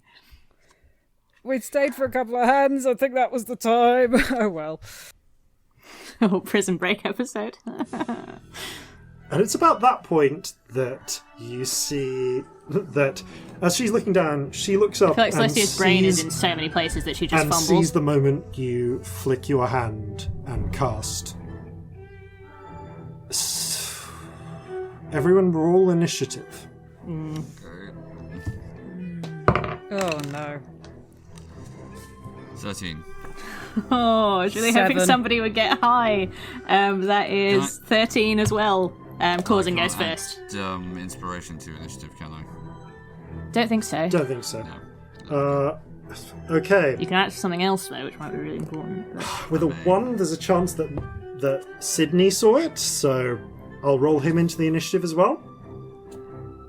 Okay. Corzin, you noticed this moment happening. Okay. So you noticed the moment where the sergeant looks up from counting her chips, spots and just clocks Celestia's fingers, and looks up, about to open her mouth. You can see Celestia reacting a fraction of a second after you. She's still just cast a spell. And Yeah, that's her just action cast that a she's spell. doing. Yeah. But there's a moment where the 3 of you all clock this happening.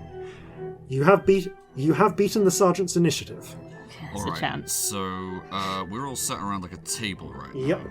Right. I am... And how many people are sat around the table? There's the 3 of us, There's the sergeant, 3 of there's you. Sydney. There's the As sergeant. our best friend. Your best friend Sydney and 3 other soldiers. And is there anyone else in the general vicinity? You are surrounded by a camp, but in terms of people who are right here, there's this lot. Across on the other side of the road, there's the singing circle of the Reclamation Corps, and a little bit further away, there's the Perimeter Guard. But in terms of immediate witnesses to this moment, before things get loud, that's everyone. Silence. Well, Okay. I'm dropping silence on who? We can't do anything if you drop silence. on the side of the table that has them on and not us. Okay. Ooh, okay. We still can't damage them if they I want need you to roll a luck check for distribution of bodies, please. Okay. Mainly, so long as I get the sergeant in. Are we not in a the tent? trustee, but You are kind of like underneath a tent where the fronts have been opened up. So I'll say that you're blocked on like 3 sides, but open on the front. Okay. Was that luck check? That's an 8. Okay. You've basically got a bit of a game here. I'm going to say with that luck check, you can get the Sergeant and not Celestia, but you will get yourself and Scamp. Charm doesn't require the target to hear you, does it? No. Okay, that's good. Suggestion does. Yeah. Can I do it so that I just get the Sergeant? That is like... you can get the Sergeant and I'll say... Maybe, yeah, but that was going to require you to angle it so that a lot of it is going to be outside of the tent, like through the tent wall. And then we will have people walking through a silence, which is a problem. Like, down the path, they will walk into a silence. I'm just thinking split-second decision. She's about to yell out and reveal us. I get it, I do, yeah. So, yeah, it's... You can basically hit everyone except Celestia, or I guess like half the table, including Celestia and Scamp, or just the Sergeant, but the radius will extend outside of the tent. I'm gonna say just the Sergeant, as she is the one who seemingly is the only person who noticed that up to this point. Okay, split second decision. Sleight of hand check, please. Sleight of hand, okay. Never mind then. That's gonna be... Oh, this is 9, and I'm going to add an inspiration to that. Yes! You have an inspiration! Yeah, let's do 10 now. Yes! Okay, that's a 10, so it's 19. Okay. Under the table, very much Han Solo style, you flick your fingers and the ambivalent octopus flies underneath, comes up and just wraps around the Sergeant's mouth with one of the tentacles. The rest like splay out, extending the rest of the silence field. Okay, the Sergeant Bruns is gagged. Anything else you want to do? You can move, bonus action before Celestia, but... That is an action... Okay, I'm gonna stand up. Okay. Yep. And I'm gonna just step away from the table and say, "Look, I don't know what you're trying to accuse me of here." She hasn't accused you of anything yet, mate. Yeah. Like, seriously, I'm just going to throw that out there. Yeah, she's not She's said not accused of anything yet. She said, this is the moment where she's just realised that spell's being cast. Alright, I'm just gonna... I'm not trying to, like, metagame, but I think you maybe remembered something that hasn't been said. Yeah. I'm just going to stand up and step away from the table and put my cards down. Like, at the same moment as Sydney is looking up to, like, say, like, oh, you're not going to finish your round? Celestia. I literally have nothing. You see the octopus into place, and you hear a slight change in the sound quality, which you know to be a silent spell. I can't do anything if she can't hear me. I mean, if you want to pull her out of the field for a moment... Can I? I'll let you. I'll let you if you just... I mean, I'm going to bend the rules for a moment, because it's a tense moment, and let you do a bonus action athletics check to just pull her, like, an inch forwards. Okay, give me a minute. I don't know what I'm doing. What is... Is there anything near her... I don't know how to do this at all. It's alright. What do you have in mind? I'm wondering if there's a large amount of something near her that I could suggest to her that she quietly count. Yep, sure. There are a bunch of tokens, like chips on the table. Chips on the table. Like how many? Like probably about, including everyone's, these poker chips, like close to 200. Mm-hmm. Can you suggest they count multiple times? Yeah, actually, true, I could. Like that's. Otherwise, there's tents. There's like at that point you're into just like people walking past, that sort of thing. In terms of if you want a single thing that's most numerous, Okay. poker chips.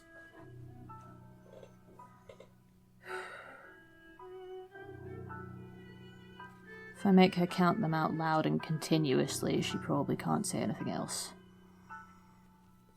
Okay, cool. Yeah. Yeah, I want to try and... Cool. Just give me a simple athletics check to just pull her forwards for a moment and then push her back. Yeah.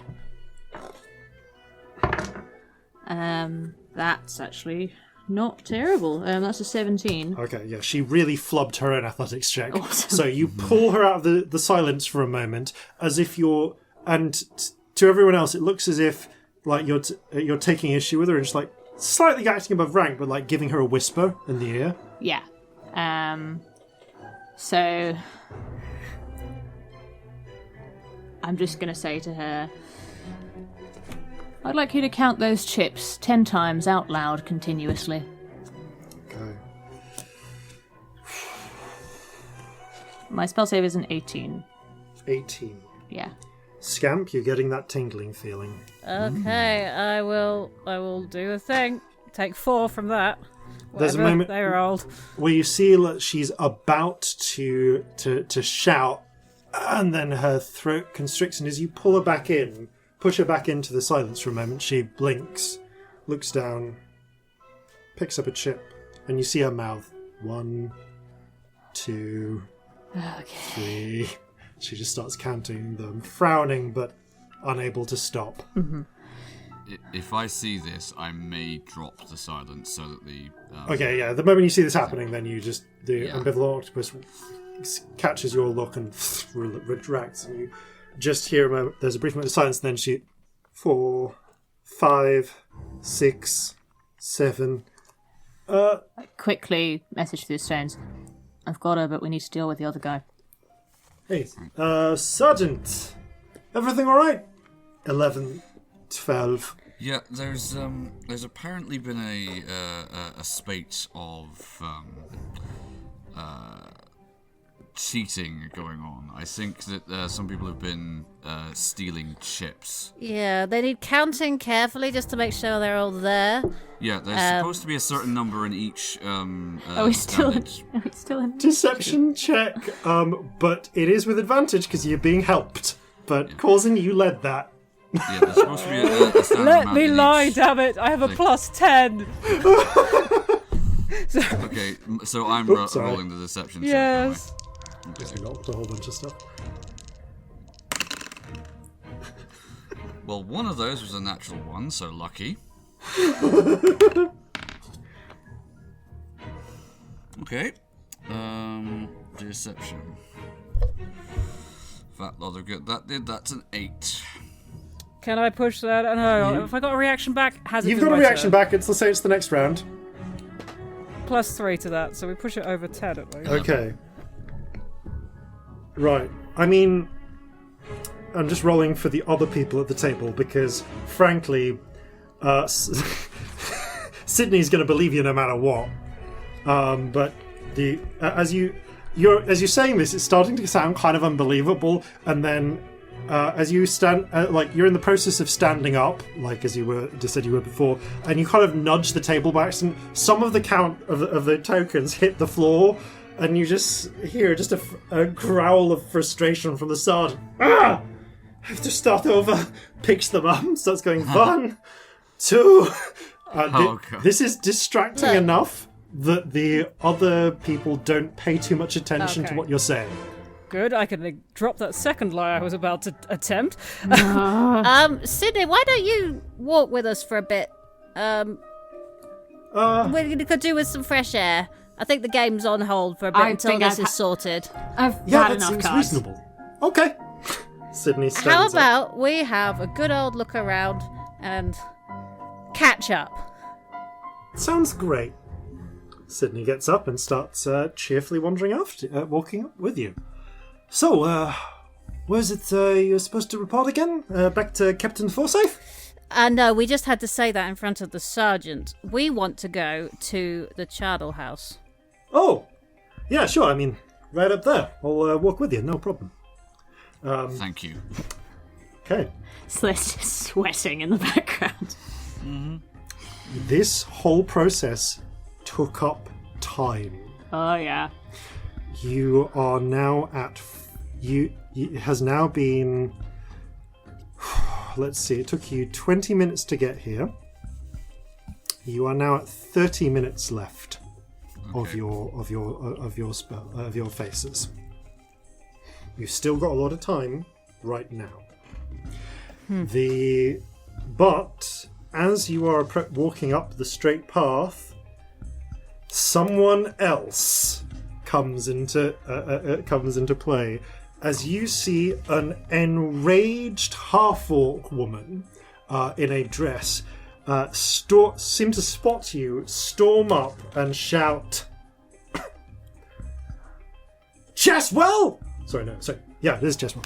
Cheswell! Cheswell, you son of a bitch! If you think you're gonna dodge payment just because we thought you was all dead! Pointing at Scamp. I'm just going to message to them. Darling, I'm concentrating on her counting things. I can't read thoughts. Good luck. I give them inspiration. And you see this woman just starts charging up towards Scamp, drawing everyone's attention, by the way, because she is being loud and demanding. Okay, where's my silver? Can I burst into tears and just hug her? I never thought I'd see you again. Roll a deception check with advantage. 26. 26. Wow. You hug her. She's like puts her hands up a little bit, like uncomfortable. Like, yeah. It's not me who's. I mean, I'm pissed off. Vincenzo's the really angry one. You see. I understand. How much did I owe? It's all a blur. Jeez. 43 silver shillings, or you're never visiting my brothel again. Do you have any money? I have two silver shillings. And you see a somewhat scantily dressed male orc. Actually, no. This would be I think it's going to be a male half elf. Can I just try and sleight of hand them my purse? Wiggle their fingers. Yeah, just roll sleight of hand check. You've got my purse, haven't you? Yeah, you can just hand it. Yes, I have. Yeah. Here is. How much was it? 43. 43. Yeah. Here is 50 silver, and I will be round tonight to apologise. You can apologise right now, Vincenzo, come on. I apologise. Cray, it has been. I thought they thought you were dead. What happened to you, Cray? I can't talk about it. The details are beyond me in this moment. You played with my heart as much as my body. You own my heart. Roll a charisma fucking saving throw. I've finally got a chance to to use one of these. 14. I should have tied that. Yeah. You have inspiration? Can you add inspiration to saves? I can't remember. You can. You can? You can. Yeah, you got a D10. That's a 22. You fight back the bitter taste in your mouth. Congratulations, you're down to 4 truths remaining, and are able to falsely claim Vincenzo has your heart, as opposed to actually just saying, you mean nothing to me.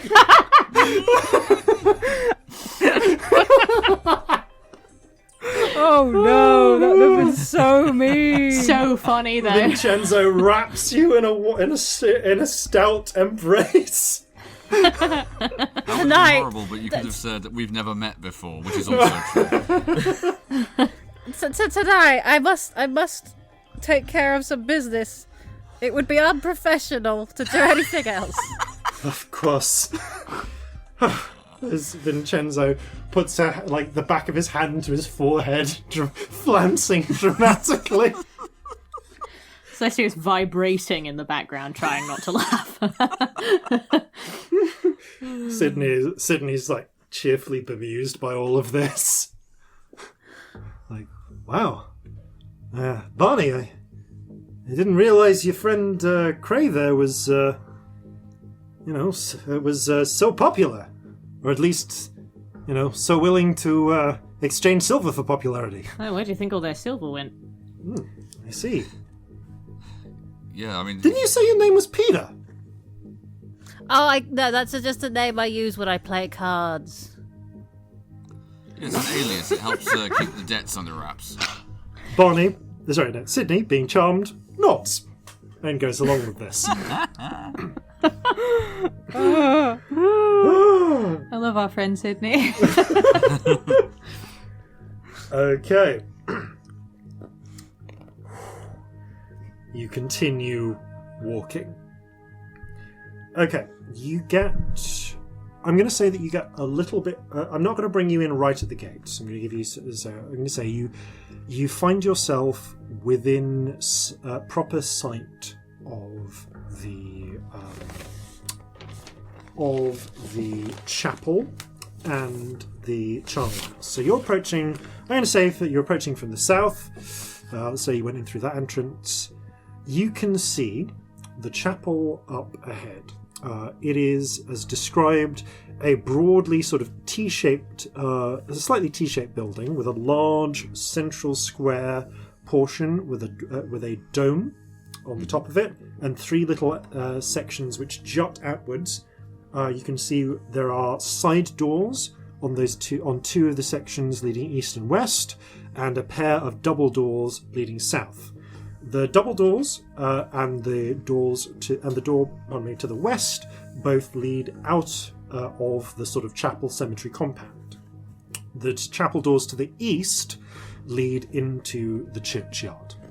The churchyard itself is encircled by a stone and iron railing wall. So there are stone walls that Corzin cannot see over, but Celestia just about can, because at that point the stone wall gives way to spiked railings. Now, within that churchyard, there are a number of gravestones and a number of what appear to be, Celestia, you can just make out from the far ones, dug graves. Or rather, recently dug up graves. There is to get the main entryway into the churchyard is through a pair of solid sort of wrought iron gates to the south that lead onto a path which goes straight north past the east door into the chapel, and then goes eastwards on a little 90-degree turn, leading to the charnel house, which is a tall, square brick building with a pair of double doors currently closed leading into them. Now you can easily see that there are guards here. As mentioned before, there are... There are 6 guards on... these are all living guards at the moment, around the front entrance to the chapel. Sorry, actually no, there's 4 guards on the front entrance to the chapel. There's 2 guards on the south, on the entrance, the wrought iron doors to the churchyard, which is well within sight of the guards on the front doors of the chapel as well.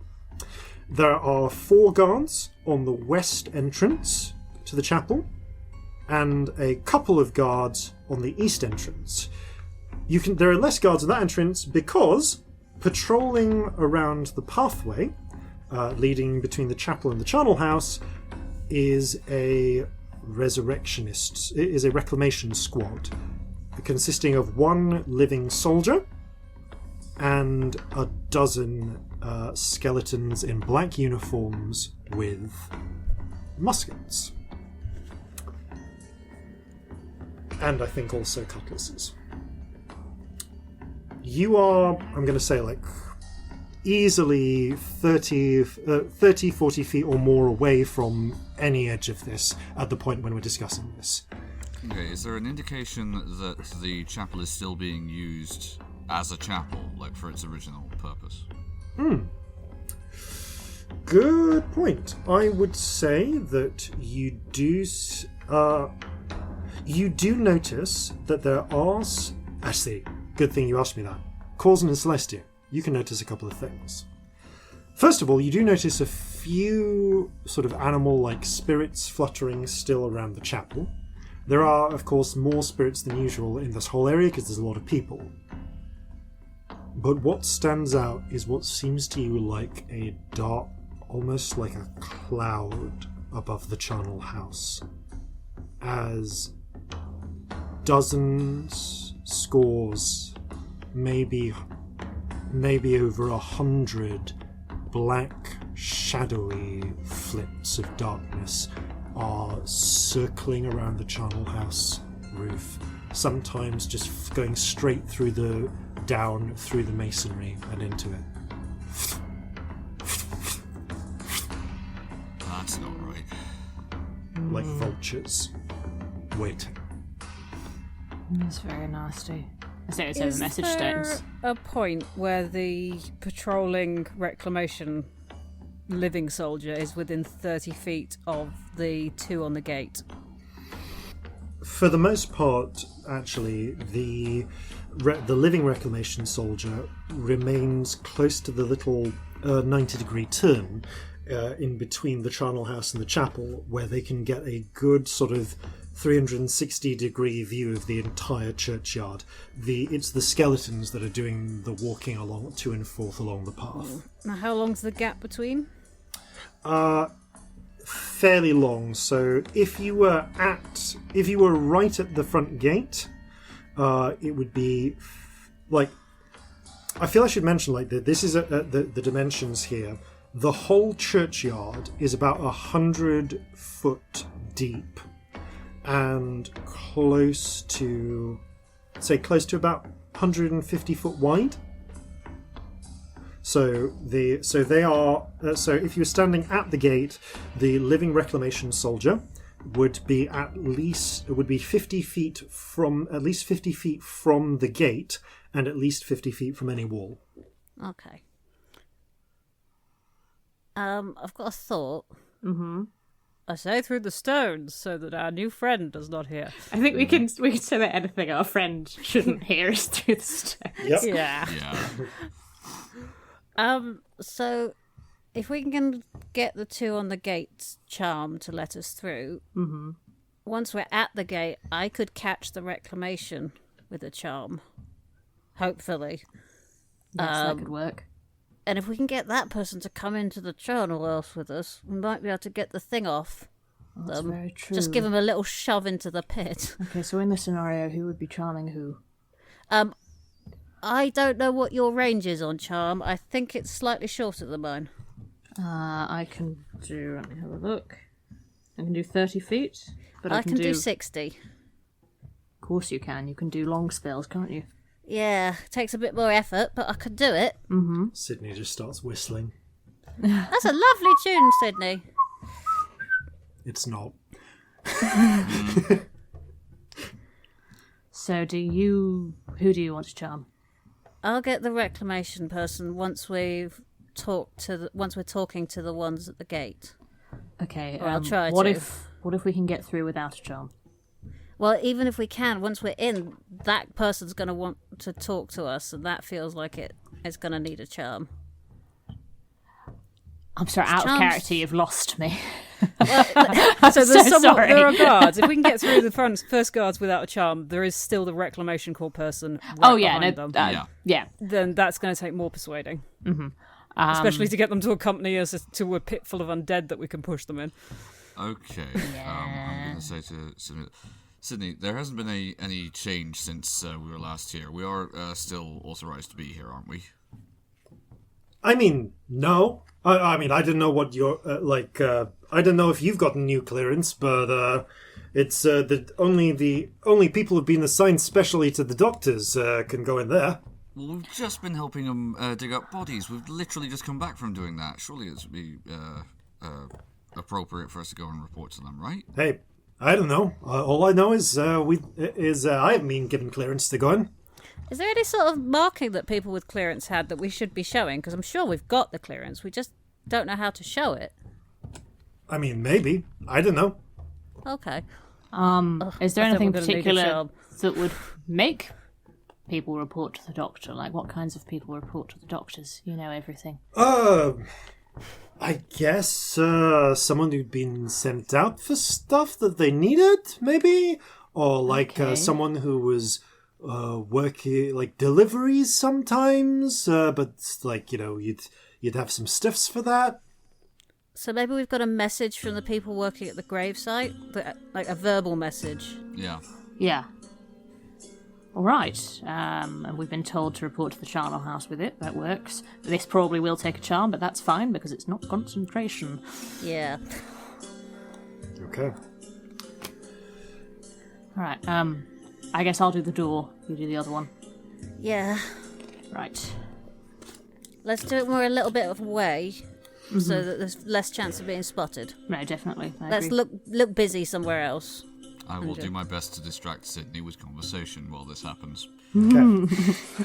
Sparkling conversation with Sydney. Corzin, you're off to one side, like talking with Sydney. With Sydney is like, yeah. I gotta say, you sound a little different to last time we spoke. Yeah, it's I think it's the smoke inhalation. There's probably something in the gunpowder. I know, like your voice used to be so much higher.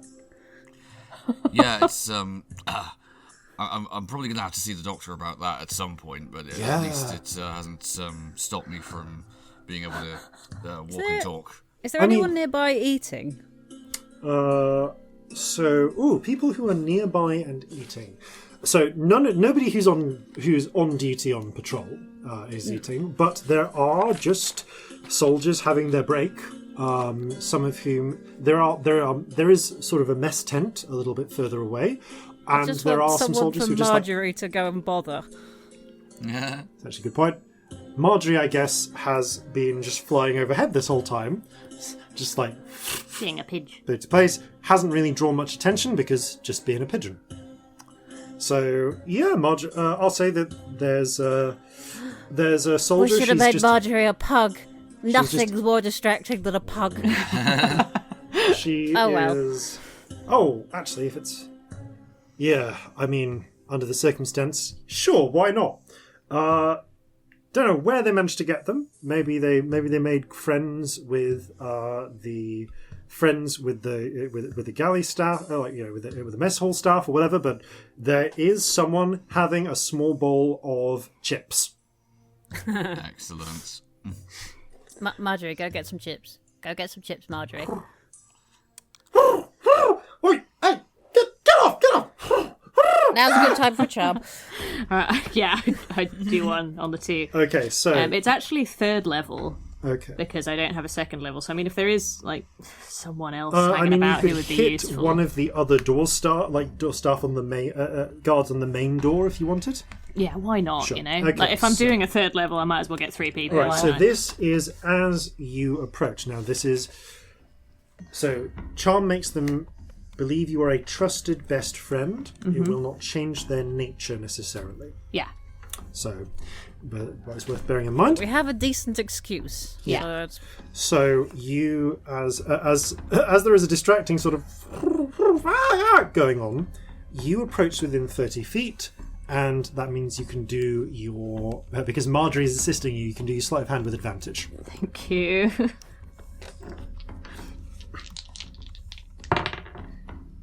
Okay, that's a dirty 20. Okay. All right, and your save is 18 now, isn't it? Yeah. Okay. Scamp, you getting that tingling feeling? Okay, I'll do the thing. Thank you. Oh, it's another 4. -4 from whatever they rolled. Okay.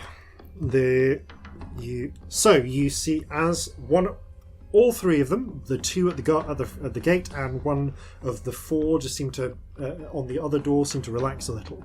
But as you approach, one of them does still look up, smiling, and put up a hand. Try and look worried.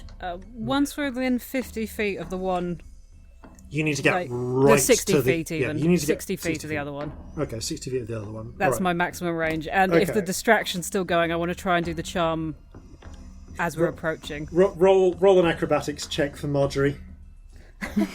See how long she can hold Oh, out. that's decent. Where's Marjorie gone? Under extras, acrobatics. That is a 17. Okay, Marjorie gets the bowl of chips and, like, scatters them. Like, and starts Marjorie. going after them, and the poor soldiers, like, chasing after her, trying to regather their chips. Everyone's like, It's a, hey! there's a lot of hey going on. It is Yeah. very distracting. Okay. I will say then that, yeah, the distraction does continue, so your own sleight of hand is with advantage. 10 feet is not that... It is about where they'd let you get to, so you're able to get up there. Roll your own sleight of hand check. 22. Okay, yeah, you're a lot closer to people who are a lot more alert, but you cast that without being seen. Okay. Okay. Does it take? You don't know, it's not concentration. Is there any sort of reaction? Can I read anything from them? Roll an insight check. They are 50 feet away. Yeah. Ooh, it's decent though. That's another 22. Something I have proficiency in. You see them glance over towards the entrance. They don't draw their weapons or anything, but they seem interested in your approach. Okay. They do periodically keep looking around, though. They're not... Yeah, they're on guard. Yeah, they are on guard. Okay. As you approach them, Celestia Yeah, I and... try actually, and I guess look worried. All four of you approach. Unless, Corzin, you're keeping... Are you actually keeping... why am I calling him Sydney? I keep calling him Stanley for some reason in my head. Back. Or are you approaching with the rest of them? If I see them moving, I'll say, oh, hold on a second. I think there's something I need to go and see to. Do you just stay here for a moment? Oh, yeah, sure. Oh, yeah, sure. So as you approach, one of the two guards, smiling, pulls up. I just need to check something. Halt! Papers, general folk, before you go any further. So sorry, I think I've left them back in the tent, but we do have extremely urgent business. We have an urgent message to report to the Charnel house about some of the stiffs back at the Gravedigger site. We were told very firmly to deliver it verbally and straight to the Charnel house without stopping. The two... One of them, frowns a little bit. Listen, if you leave the message with us, we can get someone to take it in. I'm afraid you don't have clearance to go inside. It's a verbal message. It is It's a verbal not something we message. can say out loud to anyone else. Keller's talk sinks ships or something like that? Okay, which doctor are you delivering the message to? We can bring them. We can have them come out. I just a message to the message says help. Roll. Know of any? Anyone can roll an doctors insight actively- check. Insight. Okay. Yeah. You have actually been given the names of some of the doctors previously. Oh, If have Yes, we? actually, yes. I can't remember them. Philippe mentioned them. I don't know if any of you wrote them down. Yes, I did actually. Dr. Higgs. They nod, smiling at that. But yeah, anyone who wants to roll an insight check. 11. Not I great. will. Mine was. 11 as well, actually. I'm not gonna lie, I have two dice here and I can't remember which one Just I just re-roll it. rolled, so I'm gonna roll it again. They're both similar rolls, so Yeah. it makes no difference. But 10. Okay. You glean no additional information, but they nod and call over to the chapel doors. Hey, Alan, would you mind going in and telling Dr. Higgs that we've got someone with a direct message for them?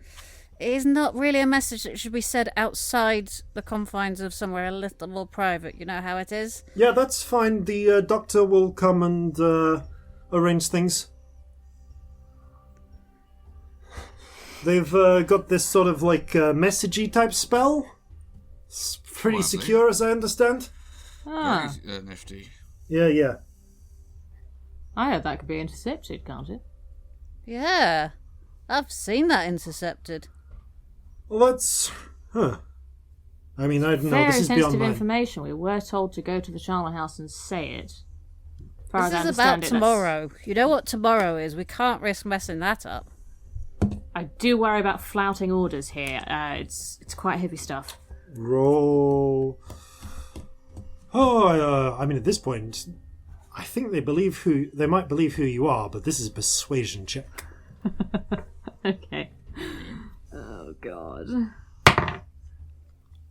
Fucking natural fucking 20 that I don't deserve. This is an interesting one, because you have definitely failed something. So, but a natural 20 is a natural 20. It also doesn't mean like automatic success. It's like it's up to no, you. No, you know? I'm given, but it's given something you have failed that were they not charmed, they would immediately have reported you for. Mm-hmm. Is this persuasive enough to get them to make an exception for you? With the charm already in place, you hear them look at the two of them look over to each other. I mean, we are supposed to wait for the challenge confirmation. Yeah, I know, but do we know them? I feel like we know them. Yeah, we've met them at the thing, haven't we? Yeah. Well, yeah, we can trust them, but all right. I mean, if anyone asks, we just say we did it. Then everyone's covered. Yeah, that makes sense. Listen, Doctor. Yeah, I mean, we've definitely met before. Yeah. Okay, Corzin. Roll a luck check. Okay. Because you said the name Dr. Higgs. 4. Oh no. Yeah, Doc. You know what? It's fine. Dr. Higgs is in the chapel. So, listen, guys. Do you wanna get them in to see Dr. Higgs directly? Like, I don't want to be picky, but we were told that the Charnel house. I think it's a specific thing. Is there a way you could get Higgs to meet us in there? Now I need a deception check from you. This is not with advantage. It's not because your disguise wouldn't make a difference. Yeah, here. that's fair. You're just trying to get in areas you have no clearance for. 26. 26. This is one of the few skills I'm really good at. Yeah. Well, if that's the orders, Alan, just tell Higgs that they're going straight to the Charnel house, and they'll meet her there as per instructions. Okay? They nod. Alan nods. Yeah. Okay. You folks just keep an eye out. Okay? I'll go talk to the doctor. Well, I love Right. this person. Opens the door. Alan goes It's an inside. excellent voice. I want to talk to Alan for hours. One of the two guards, unlocks the door and opens it. You see on the path halfway along, the reclamation sergeant gives you a nod. Okay, so you stepping through the two doors, through the iron gates as they're opened up. You are at the front of a little path. Halfway along that path is a door which leads into the chapel. Continues along, turns at a right angle, and leads to the double doors of the Charnel house. But if you so wished, you could cut across and go straight there by going around the gravestones. I think that would look weird, wouldn't it? Yeah, it feels like that would look super weird. Yeah, like so You're going straight weird. to the path. All right, the three of you make your way along the path, and the guards and the guard on the way, because you're in a highly secure enough situation that they are not going to Bavarian fire drill this. I don't know what that means. Let you in just because you got past the first layer of security automatically. Right. The soldier, the reclamation sergeant, smiling, gives you a nod, says, "Now, what's your business here? Horses, ponies, gnomes?" Oh god. I can't read his mind, I have no idea. Is there any indication in the cadence of his voice to say which one he's Roll an expecting insight to check. hear? I'm going to tides this because I feel like this would be a really good time to get something right. Okay, that is a 23. Okay. You realise that he said at the end, with a particular emphasis, horses, ponies, horny horses. Yeah. Oh, no. Horses, ponies, gnomes, which doesn't make sense, but which has the same first letters as what the two guards at the entrance said to you. Halt, papers, gentlefolk. It suddenly occurs to you this is probably some sort of 3-letter code. So Which eight- he is expecting a 3-letter code response back from you. what were the letters? H, P, and G. You can make if you want to make it, you can make an intelligence check, and if you want your tides back, I'll let you rule of drama discharge and recharge them if you really I want. can make a guess, but I'm not the one doing it. If you, as he says this, if you want to quickly scratch your head and send a message I didn't to do the the others. insight check, so I... No, Scamp, if you want to quickly scratch your head and send a message to the others... There's a code, there's a code. What's the code? What kind of code? The letters. HPGs. The letters, the first letters. Try saying 3 random words that begin with HPG, that might be it. I mean, can we make an intelligence check to see if that's what... Make if an it's likely intelligence to be check. that, or if there's another pattern. Yep, make an intelligence check. Ooh, And you can 16. 16. Knowing this, can I try? Yes, everyone can.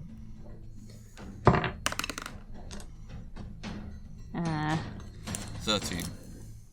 Hang on. That's...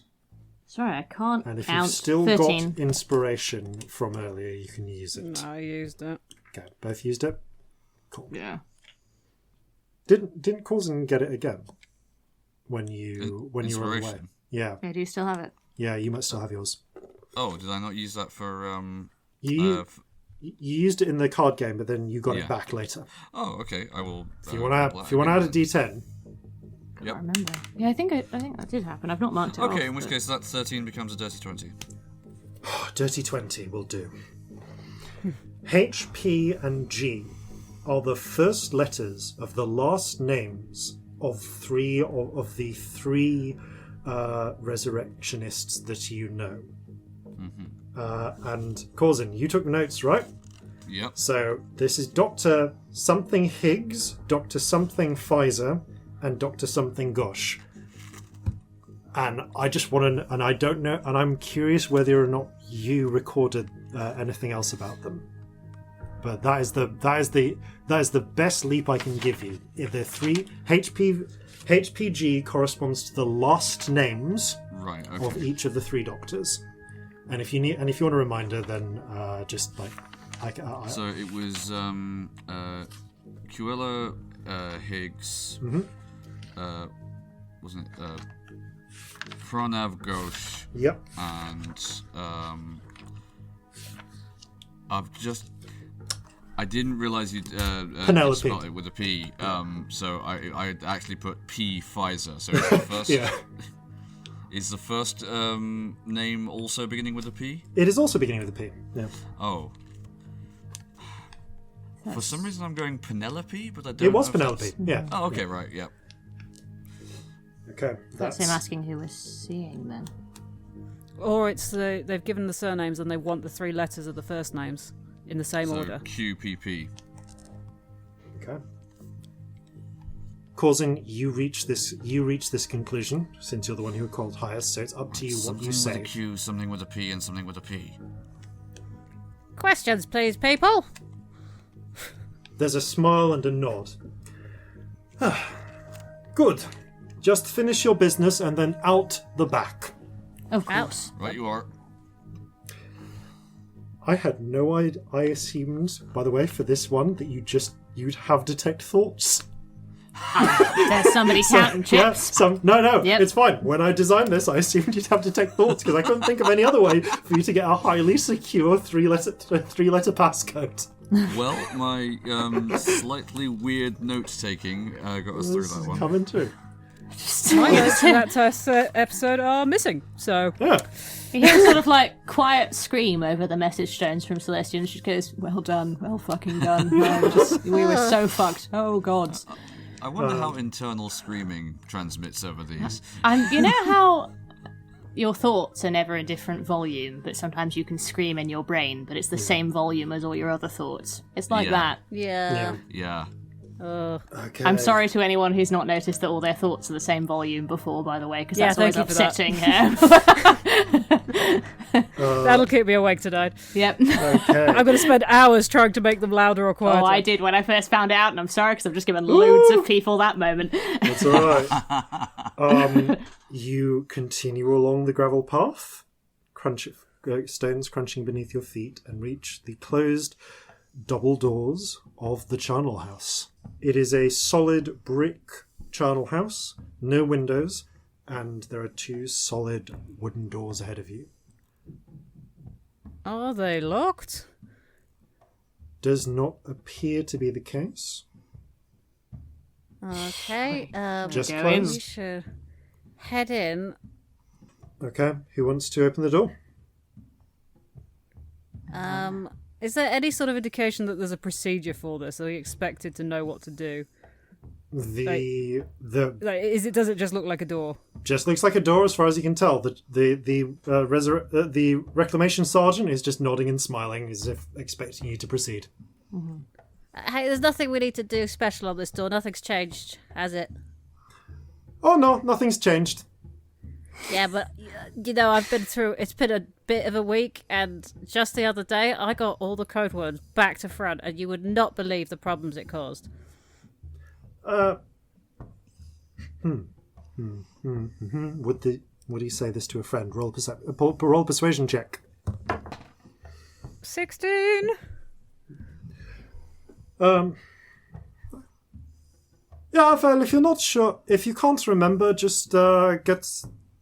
If you thinks for a moment. Well, were you there when they were set up?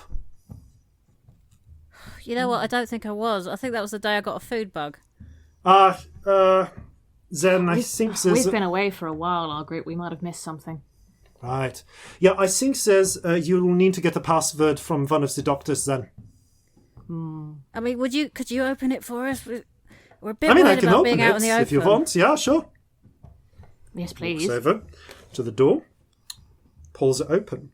Immediately, clouds of silvery mist, which are very familiar to you, Celestia, because you cast this spell every night aboard the Kraken's Bane when you have a 6th level spell left, billow out of the charnel house. And as the Guards and Wards spell takes effect, I need each of you to make a wisdom save, please. Okay.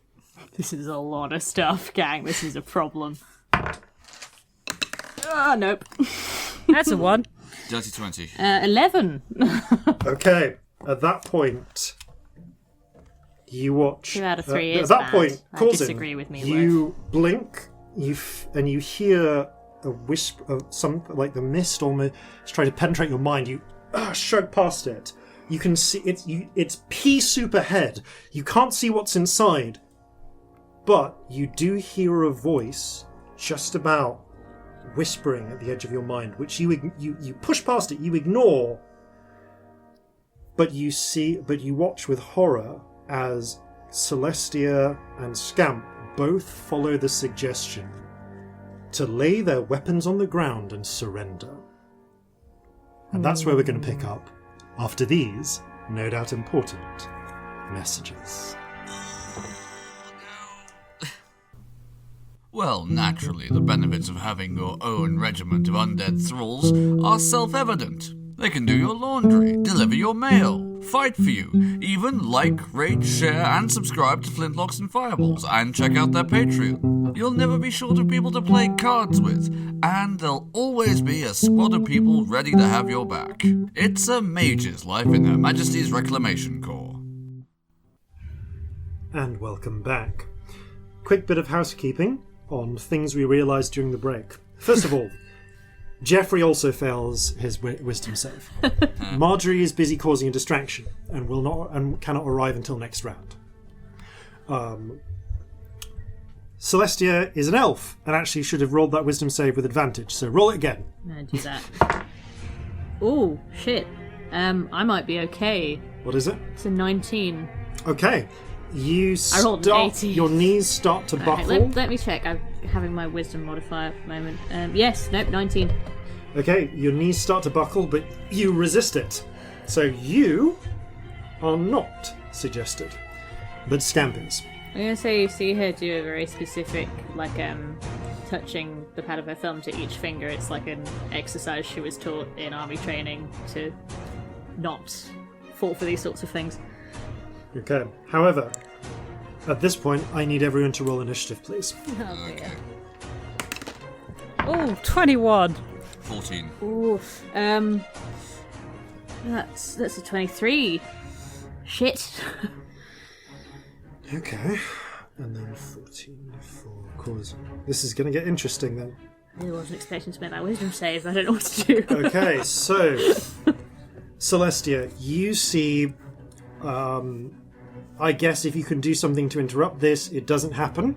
But you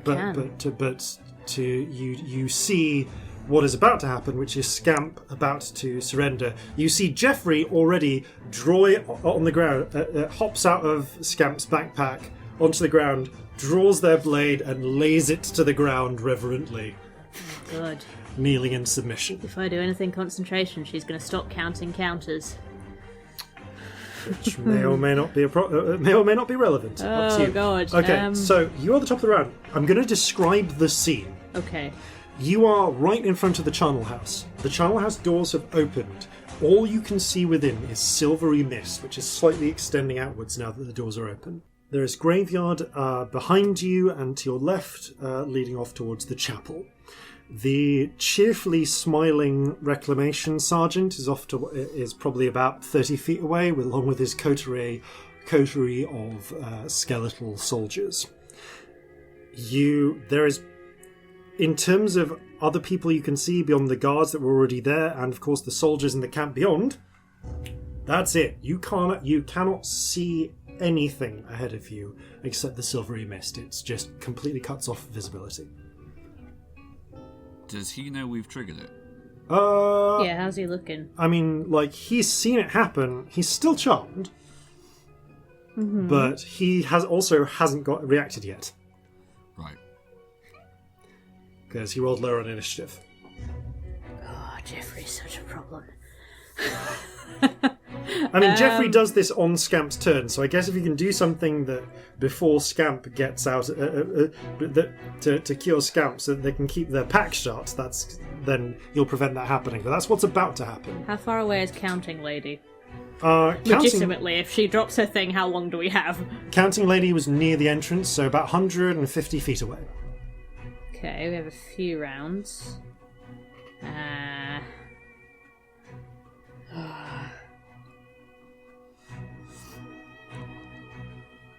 Yeah, he's charmed, but we would obviously be outsiders. Sorry, I'm trying to weigh up what's the best thing to do here. No, it's you really get it. hard. In a few fractions of a second, Celestia's mind races. Yeah. Oh, fuck it. I think I'm going to go with my instinct. I'm going to drop a suggestion on Scamp. So it's a wisdom save. Okay. Can I choose to fail it? Classically, you can choose to fail saves. Yeah. And I'm just going to say, don't follow the other suggestion. Okay. You cast that. Scamp, you feel your mind war with itself in much the same way that Corzin did. So, yeah, okay, you went before Scamp. We've established that you can negate a suggestion with a suggestion. You can voluntarily submit to the suggestion, which the back of your mind that's still Scamp, that's not trying to carry out the action, does. Okay. And Celestia, if your concentration drops, it does, yeah. then on this, then Scamp will carry out the action on the round that they are not under this suggestion, unless something gets rid of the other suggestion. What? Basically, unless conditions happen that would cause if your concentration on the suggestion, stopping Scamp from following the other suggestion, breaks before something happens that would cause that suggestion to break naturally. That makes sense. Yes. Cool, I'm there. Yeah. Yeah, we get to safety and you just stop suggesting and I surrender to you. Yeah. Okay. That's a lovely scenario that will not happen. Okay, so Celestia, your action is to turn to Scamp and tell them to not follow the other suggestion. Yeah. You still have bonus, you still have movement.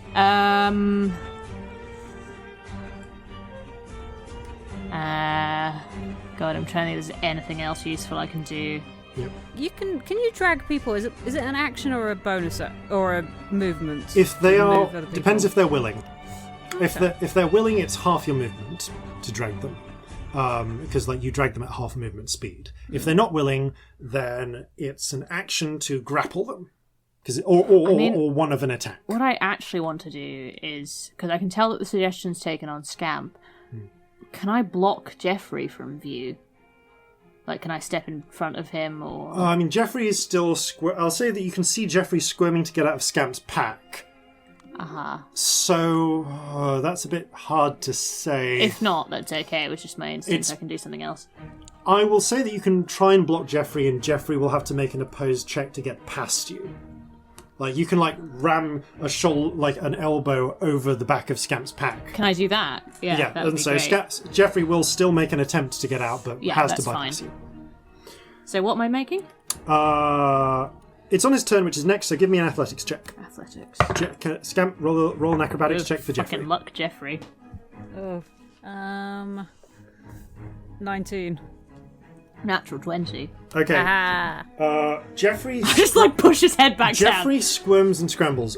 If Scamp steps away from you, or you step away from Scamp, though, you will no longer be blocking the way out. Yeah. It is worth noting.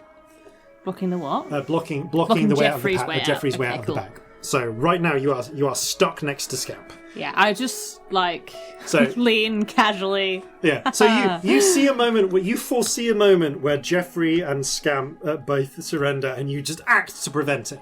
Mm-hmm.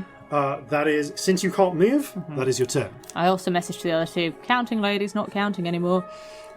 Okay. Yep. Bonus to Because start that. we discussed that that's like speaking with the stones. Yeah. Yeah. It's a bonus to initiate messages with the message stone, but Oh. because we've established, because it's similar to casting a message spell. Oh, I thought we established that stones were just like talking. I'm sorry, I've got that wrong. They're Yeah. out of combat. They're like talking. Mm-hmm. I'm slightly wishy-washy on the rules because most of the time it's not really relevant. Yeah. But like, Do I not say that then? no. I'm going to say that it costs you half of your movement, which you don't otherwise use, to block Jeffrey's way, and then Cool. yeah. So I'm not going to penalise you for that. Yeah. Okay. Celestia gets that message off to, I guess, both of you, because you're in a weird little network. Mm-hmm. So, because they're all linked. So, I guess either of you can say a free short statement in response if you really want, or you can do it on your turn.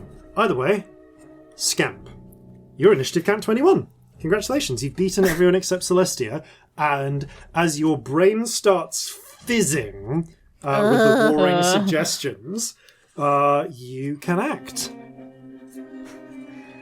This fog, like, how dense is it? Like, how far in would you have to go before you're completely obscured?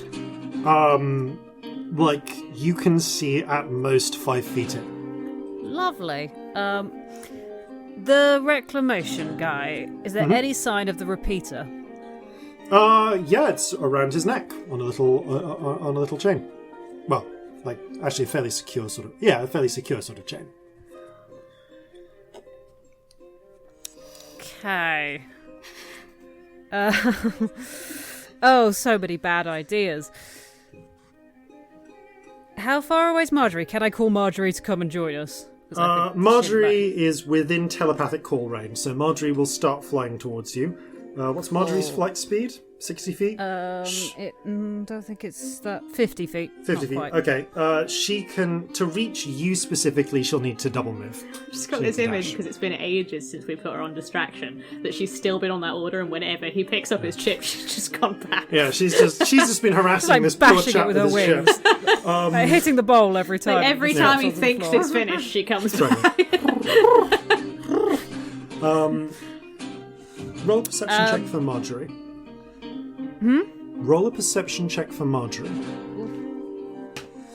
Not great. 12.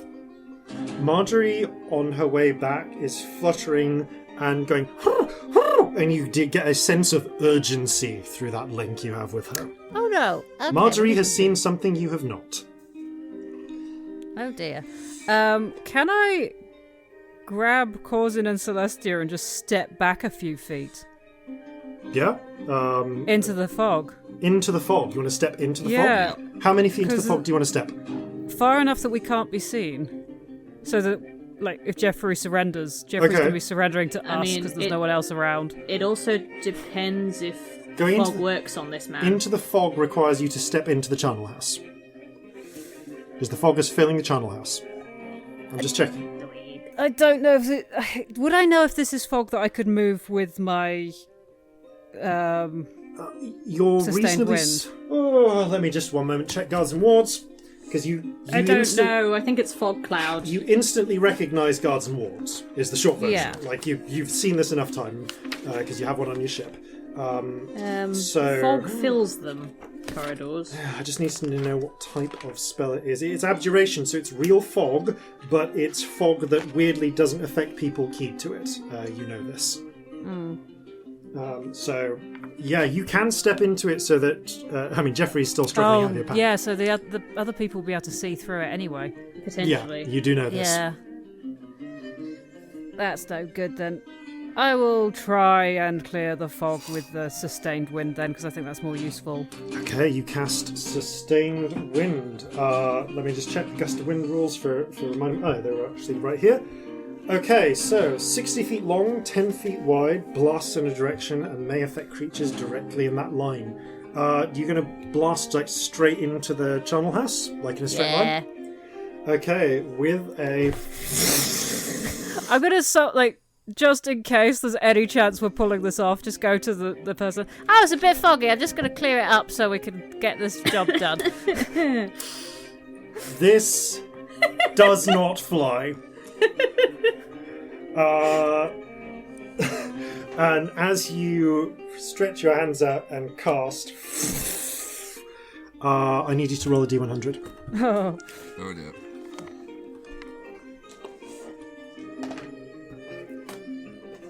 what is that? Oh, 91? And that dice is now on the floor. Could be Oh, well. good, could be terrible. All of them sound terrible to me. They all sound terrible, always. They always Okay, all sound bad. 91. We're back here.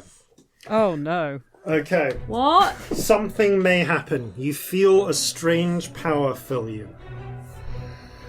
What? Oh god. We'll find out. We Something may never may find happen. out what happens with that. I So, hope nothing happens. let's hope nothing happens. Okay, so... Ooh.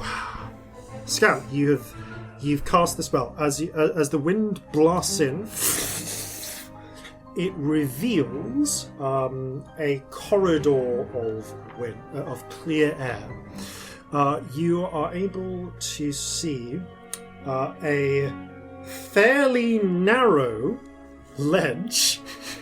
Like, it's not that narrow, it's about 10 foot wide. A little bit less than 10 foot wide, just in front of the doors, where had you decided to go into the fog, might have been a bit of a problem. I was only going to go 5 feet, though. Yeah. And going a bit and beyond, and a large pit beyond that. On the other side, a good 50 sort of feet away, you can see there is a matching ledge. You can see what look like some the edges of tables and chairs there.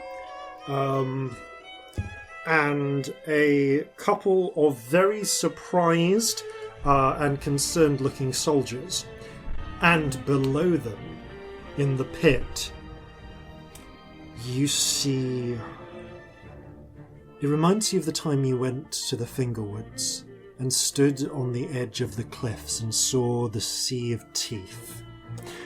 There are so many skeletons. Content warnings. So many content Content There are warnings, so many teeth, content warnings bones, all of a sudden, nightmares. yeah. Yeah. I mean, frankly, Yeah. a warning for corpses was going to happen. Yeah, no, wasn't it? totally. Yeah. This Yeah. episode, like, This Yeah. is horrible. This is if my you listen to nightmares the for previous Yeah. one, you're probably Yeah. here with the content warning for corpses anyway. If you didn't, we'll put one on. Yeah. There is a sea. Yeah, there is a sea of skeletons. You can see intact bodies, shattered limbs, like pressed together by magic within.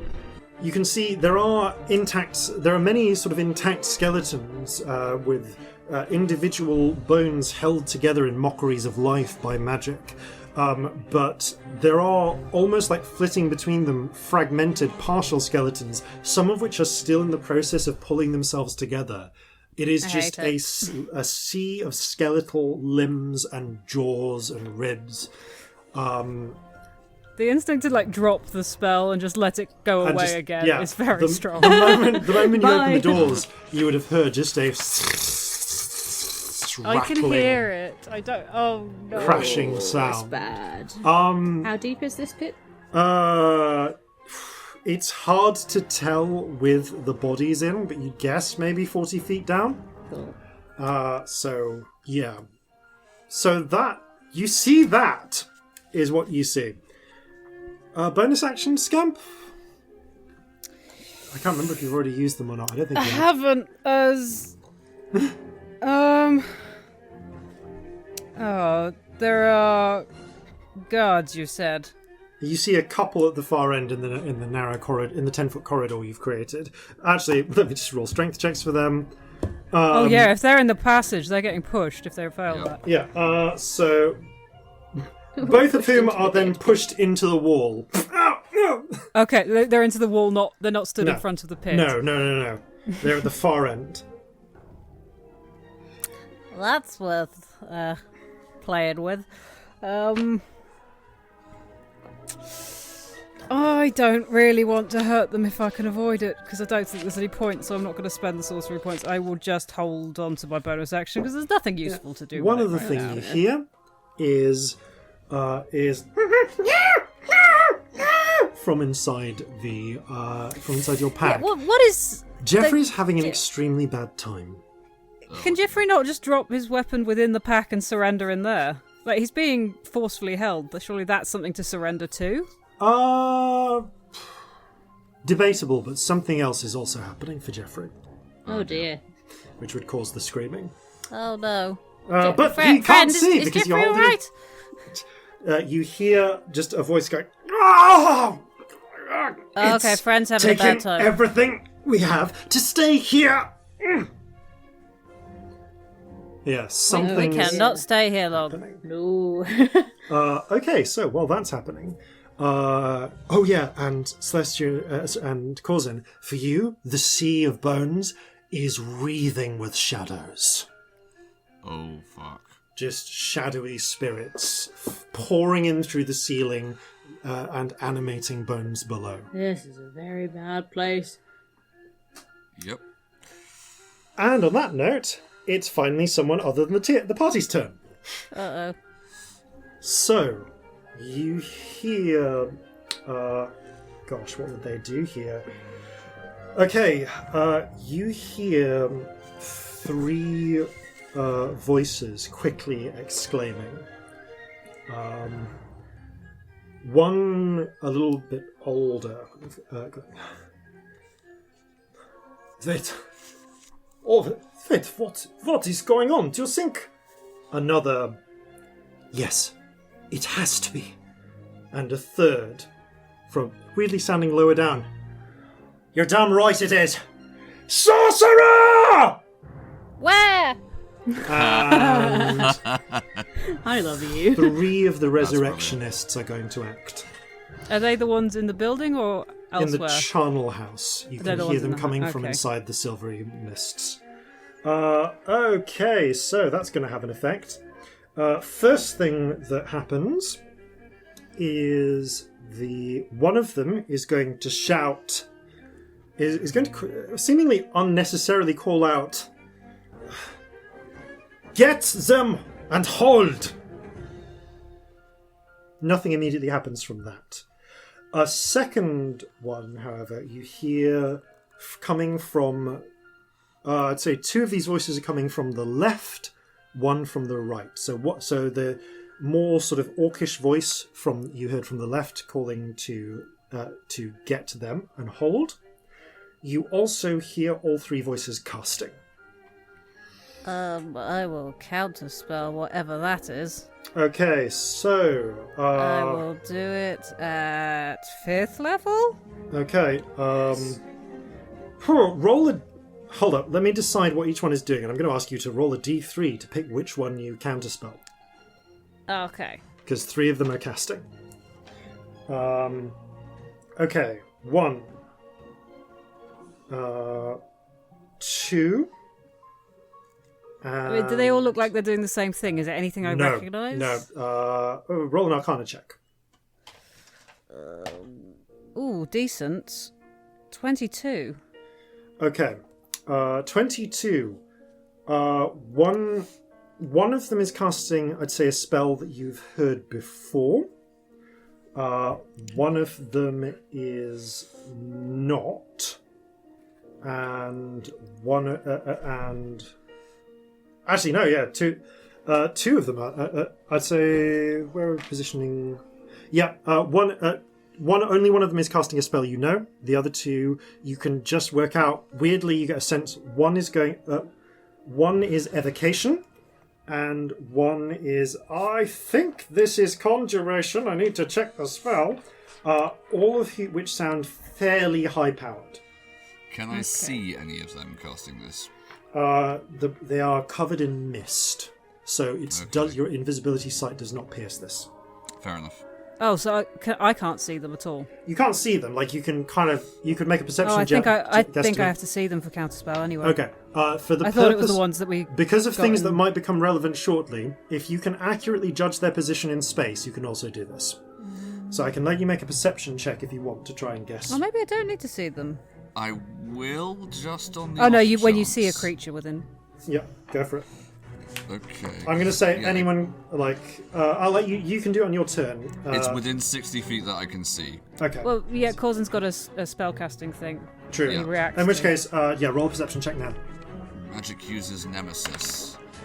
Which, no, that's only a 13. I don't think that's I also got a 13 if I need to spot. Unfortunately, no. With the smoke, Okay. with the spell it's not enough to pass their. What I'm using their spell save DC for guards and wards. Yeah. Fair enough. So okay, yeah. Actually, both. Okay. 2 evocation spells, and If I can't see them, though, I can't do it. doesn't matter. Okay, so the first thing They that just happened. do wind. Yeah, but not in the right direction. Okay. Yeah, they were either side rather than in the middle. Oh, fair. Yeah. Sorry, I'm picturing it wrong. That's what's happening. Yeah. So on their next turn, Scamp can turn their body left and right to make the wind they can as a bonus action change the direction of the wind. Move the farts. Yeah, move Yes. the farts. Okay, so the first one then. I think I know what they would do here. 1, 2, 3. Okay. You hear a spell cast from the right, in a sort of halfling sort of tongue, and instinctively you feel yourself trying to dive out of the way as the temperature in the air drops like a stone.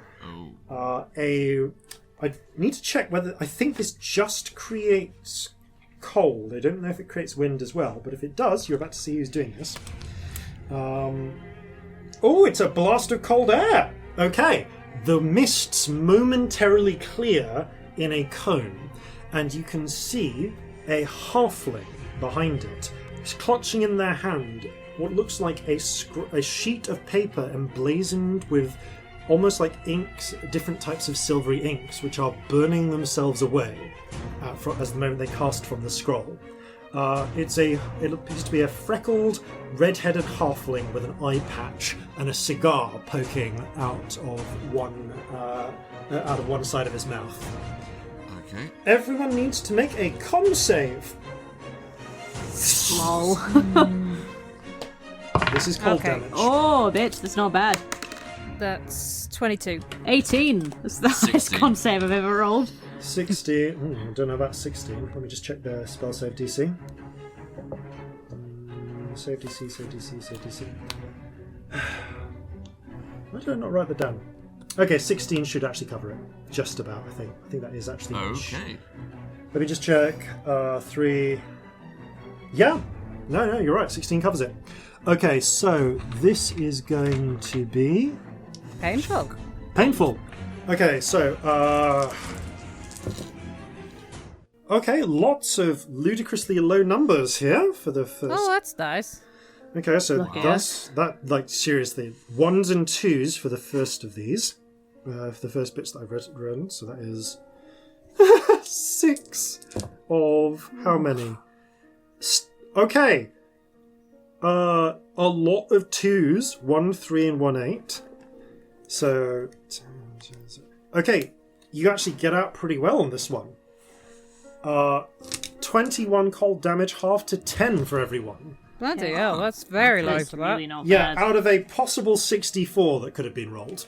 That's how many hit points I have right now. Okay, so the cone of cold strikes you all. You momentarily catch a glimpse of the position of the halfling before the fog starts to How far fill away? the space. Halfling is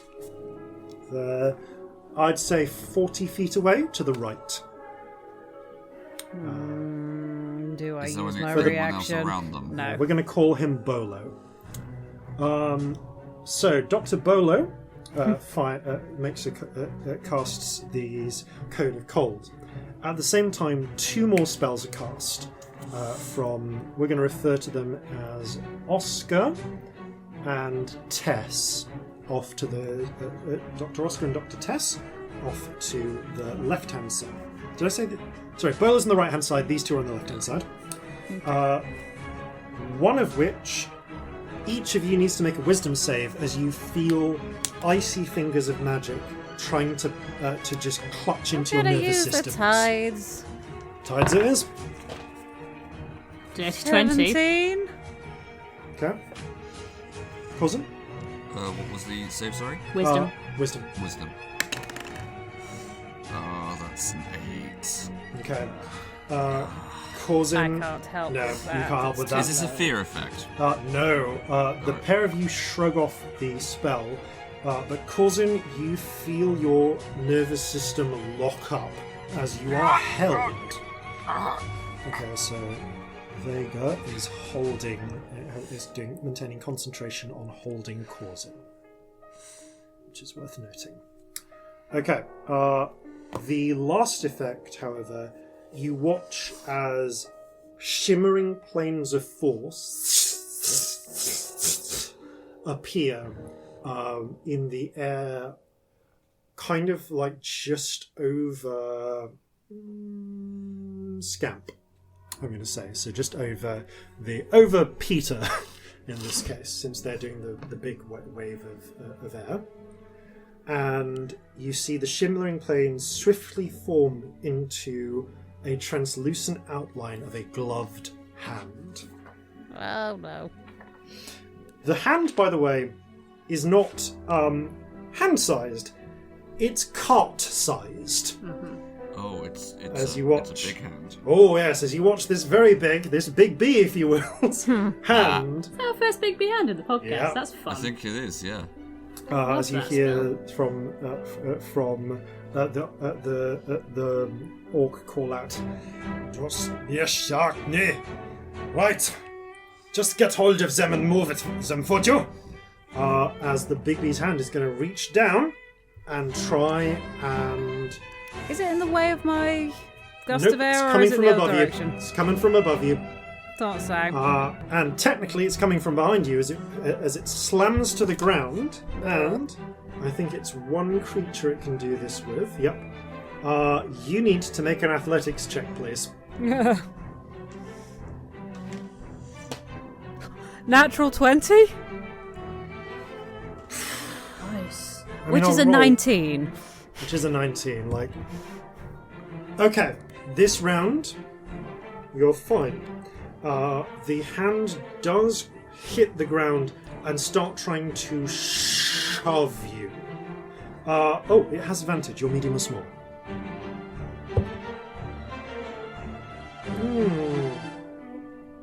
Damn, 19 versus 19. I'm going to rule in your favour. So it takes all of your strength to push back against the hand, but it is trying to shove you forward and into the pit. Okay, that is those three's round, and the alarm has very much been called. Okay, so I just need to check. Celestia, Scamp, you are both still technically just outside the front door of the Charnel house, aren't you? You haven't stepped in, have you? Or have you? I had assumed we had stepped in if Scamp was being pushed into the pit. That's fine. I'm just checking whether you had stepped over the boundary or not. I assume so. Okay, so the pair of you who stepped over the boundary, Corzin... no, Scamp said you were dragging... Scamp, did you drag Corzin in with you? No, we didn't actually go. I didn't actually move because I remembered how the spell worked. Okay, I didn't move in at all. So you didn't... Right. I mean, if Scamp didn't, then I didn't, because I was holding Jeffrey in their bag the last thing that happened. I didn't think you did, but I wanted to make sure of that, because it's whether you have cover from the sky or not. Which means you are not under the roof. Okay. Not yet, no. Okay. Do they move yet? Who are they under control? They're not under their control. They're not under their control! Okay, that's fine. They don't actually come into play this round. They will come into play next round. Corzin, you are paralysed. Make a wisdom save at the end of your turn, please. Okay. As you just sort of... What else I can do? That is a 17.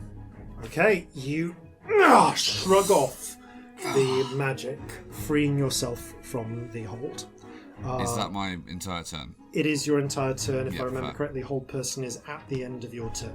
You make the Cool. save. All right. So having done that, we're into everyone else who's going to fuck about with you now. So what mostly happens is the alarm is called. So they shout sorcerer. You hear someone from the front call, "Shit! Get the doctors! Get them out! The sorcerer's here!" However, next up is the Reclamation Squad Sergeant, who is currently charmed by you. So I think we're going with the standard rules, which is he's not going to necessarily help you, but he's not going to attack you either. So Unless we actually hurt him. Unless you hurt him, and I think it is him rather than his allies. Yeah, I think so. Yeah, it is. Charm is a pretty selfish spell like that. Yeah. Yep, anything harmful to it. So he's cool. He ain't doing shit. So until that gets dispelled, he's just gonna happily stay put. They don't act this turn, but you do hear shouting and movement from inside the chapel. So the chapel goers will arrive next round. However, something else does happen, and that is the Necromancer's assistants. So, first to come out are the skeletons in the chapel. Not the ones in the pit. You hear the click of muskets being primed as a dozen skeletons within the foggy area of the chapel, 6 on either side, are going to fire a barrage at the three of you. I want a dexterity save from everyone, please. Oh, 16. bloody hell, that's a 1. This dice is actually misshapen and I shouldn't stop rolling it. I'm gonna decide. 15 for me. Okay. That's fine apart from the natural 1. So that is 16. So they can see us, but we can't see them. Yeah, guards and wards, same as when someone tries to board your ship. Yeah, that makes sense. So that is because it is an enclosed space. So 20, 32. Okay, so Celestia and Corzin, you both dive for cover You do still get clipped for 16 points of damage. Because this works a bit. What's the DC for concentration? 10 plus half the damage. So- Half the damage, and if it's less than 10, it's just 10. So the DC for this is 10. That's fine, yep. Yeah. Also, though, this does count as attacking against Scamp if the others didn't. So how many points was that, sorry? you can actually drop your concentration now. Okay, cool. Because yeah. you know the suggestion spell well enough to know that has overridden Scamp's suggestion. How many points Yeah, was how- it? 16 for 16. you, 16 for Corzin, 32 for Scamp. Okay, As- my con save is a dirty 20. Cool, thank you. Okay. That is... So that's the skeleton's turn. They're going to go... But before them, the people who rolled a natural 1 on their fucking initiative is going to be someone who's technically slower. So, you know all of those dug-up looking graves? Yeah. That They're not empty. no one inspected carefully. Yeah, because Okay. how would we without looking super suspicious? That's right. You watch as, with a crumbling of earth, bodies start clambering out of them.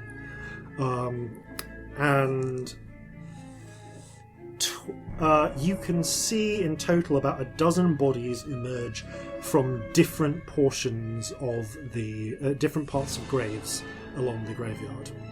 At this point, only 3 of them have enough movement to actually get close enough to intervene. Actually, no, only 2 of them, because it takes half their movement just to climb out of the grave. But those 2 are going to make an attempt to hug you. You see these bodies, these kind of bloated-looking zombies, come over, spread their arms, and get up close and personal. So we'll do 1 hug attack against Corzin and 1 hug attack against Celestia. Whew, that's actually a pretty effective hug. Corzin, that's a 21. So a dirty 20 to hug you. Yes, I'll hit. Oh, sorry, no, these aren't actually attacks. I need you to make an athletics or acrobatics check to avoid being hugged. These are grapples. Okay. Athletics it is. Acrobatics, definitely. 25. Oh, Okay. That's a 12. No, Oh. sorry, that Okay. hug attack. Like That hug attack was a 6. dirty 20. You've had a bad, 20 Yeah. minutes. Celestia, you dart out of the way as one tries to get close and hug you. She goes, no, get away. You fend it off. It is still next to you. Corzin, you see one, the kind of obese-looking old orc, just practically fall on top of you. They're not just obese though. Celestia, Corzin, both roll a d4, please. A d4. Okay. 4. 3. Okay. Celestia, you see there are stuffed... They're partly coming out because of the decay, but stuffed into the rib cage and body cavity of this zombie that was trying to hug you are a series of bottles and what looks like a small vial of brightly orange alchemist's fire. Oh, shit. Oh god. Corzin, you see what appear to be a chest cavity full of grenades, and again, a small thing of alchemist's fire. And at that point, We gotta get these off us. the bodyguards are going to try and shoot the zombies. Yeah, makes sense. As 3 veterans, 2 veterans are being pushed against a wall at the back. Just double check how that fucks with them. Yeah, they just can't approach you, so they're just going to shoot. 1. Does the wind affect shots at all? Like, does gust of wind? I don't know if it. I mean, I'll apply disadvantage, Just a sure. little bit. Yeah. Okay. One of the shots does go wide. Another shot just misses. Actually, no, it doesn't miss the zombie. The zombies have AC of 8. They rolled a dirty natural 9. So 2 of the shots do make it. And as they strike, there's a brief moment where you see the alchemist's fire vials break, flare, Shit. and 2 sets of explosions. So, you're in luck. You both rolled the ones that don't do damage. Oh. So the first one to go off is the bunch of grenades in a huge zombie over Corzin. As they explode, however, they do so with bright flashes and loud bangs as the flashbang grenades go off. Everyone needs to make 2 con saves. Roll them separately. Tell me whether you fail the first, second, or both, or succeed at both. And you need to beat DC 15. Okay, first one succeed. Okay. Failed the first one. Second one, the Succeeded hard the fail. first, failed the second. Okay. Failed the second. Corzin, what was your on the first? On the first, it was a 10. Okay. On the second, it was a 7. Oh, hang on, Okay. the save is 15. The save is 15. So I rolled 15. What does that mean? Does that mean I failed? If your con Means it 15 makes is a success. Cool. Yeah. Okay. Celestia and Scamp, as you close your eyes for a moment, but as the bangs go, you just have this ringing consuming your ears. You are deafened. At the end of your turns, you can roll another con save to shrug off that effect. Corzin, as you don't, because it's on top of you, you can't get out of the way in time. As well as the deafening explosion that just leaves ringing in your ears, you get a face full of like the flash, and everything is just purple and blue. You are temporarily blinded. You may roll saves again twice at the end of your turn to shrug off each effect. But for the moment, you're all deafened. Corzin is temporarily blind. And thus, none of you really hear the second one explode. But as the alchemist fire catches, the bottles, silently, outwards, and release tangles of sticky, quickly hardening glue.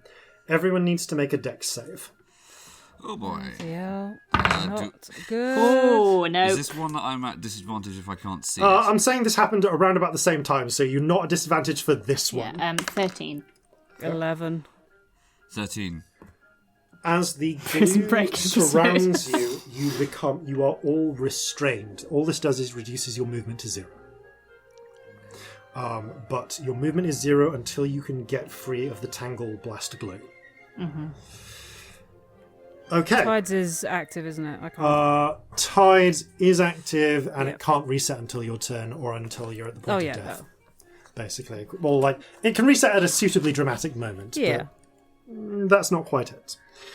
Okay, that's the end of round 1. Round 2, Celestia. You are covered in sticky glue, which is very quickly hardening. It's kind of turning more like rubber, and everything is in your ears are ringing. How much of an action is it to throw a potion? It's an attack action. Okay. A question about the potion of radiance. I'm also thinking of the alchemist fire that we have, but I'm thinking I can't remember anything about the range, and I don't know what would happen if I threw it. Would What do anything you have happen? what about the damage, or have you just written potion of I radiance? know it's like a potion of fire breathing because we talked about it. I Oh, can't remember what that damage is though. normally potion of It's like fire breathing, 4d6 you or drink something? it as an action. Bonus action, you breathe fire in a 15-foot cone. That's Yeah. not far enough. But in this case, you breathe light. But like microwaves, kind of. Like it's damaging light. Yeah. Excuse me. 15-foot super isn't far enough. Not being able What's to the move range is really... on destructive wave? Because we want to get this going, don't we? It is 30 foot from myself, which means I'd need to be 10 foot into the pit. That's why I'm playing. To get the whole of the pit, yeah. You Yeah. can try and get like part of it from here, but... you're But not like, really in you said it's position. 40 foot down. It's 40 foot down, yeah. Like there are some skeletons nearer the top, so you could get some of them, but you wouldn't be in place for that perfect shatter the whole thing in one. Yeah.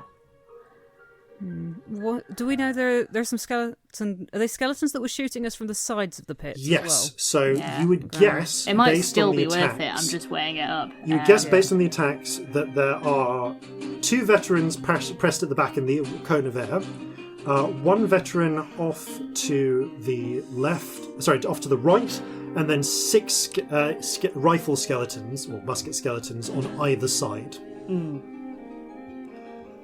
So, who is within 30 feet? Like, a 30-foot radius of me? Within a 30-foot radius of you, none of the resurrectionists are, to the best of your knowledge. Some of the skeletal pit is, some of the pit of death, we're going to call it, or the bone pit is, but probably most of the resurrectionist skeletons with the muskets are, and also, almost all of the zombies. I should mention, by the way, that that there are still 10 zombies, scrambling towards. Okay, so it might be worth it anyway. How much of an action is it to get unrestrained? It's a whole action, isn't it?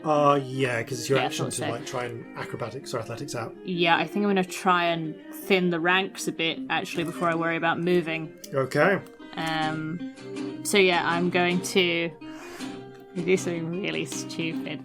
So we've established that Celestia's guitar is in a bag of holding and not in her hand. Yep.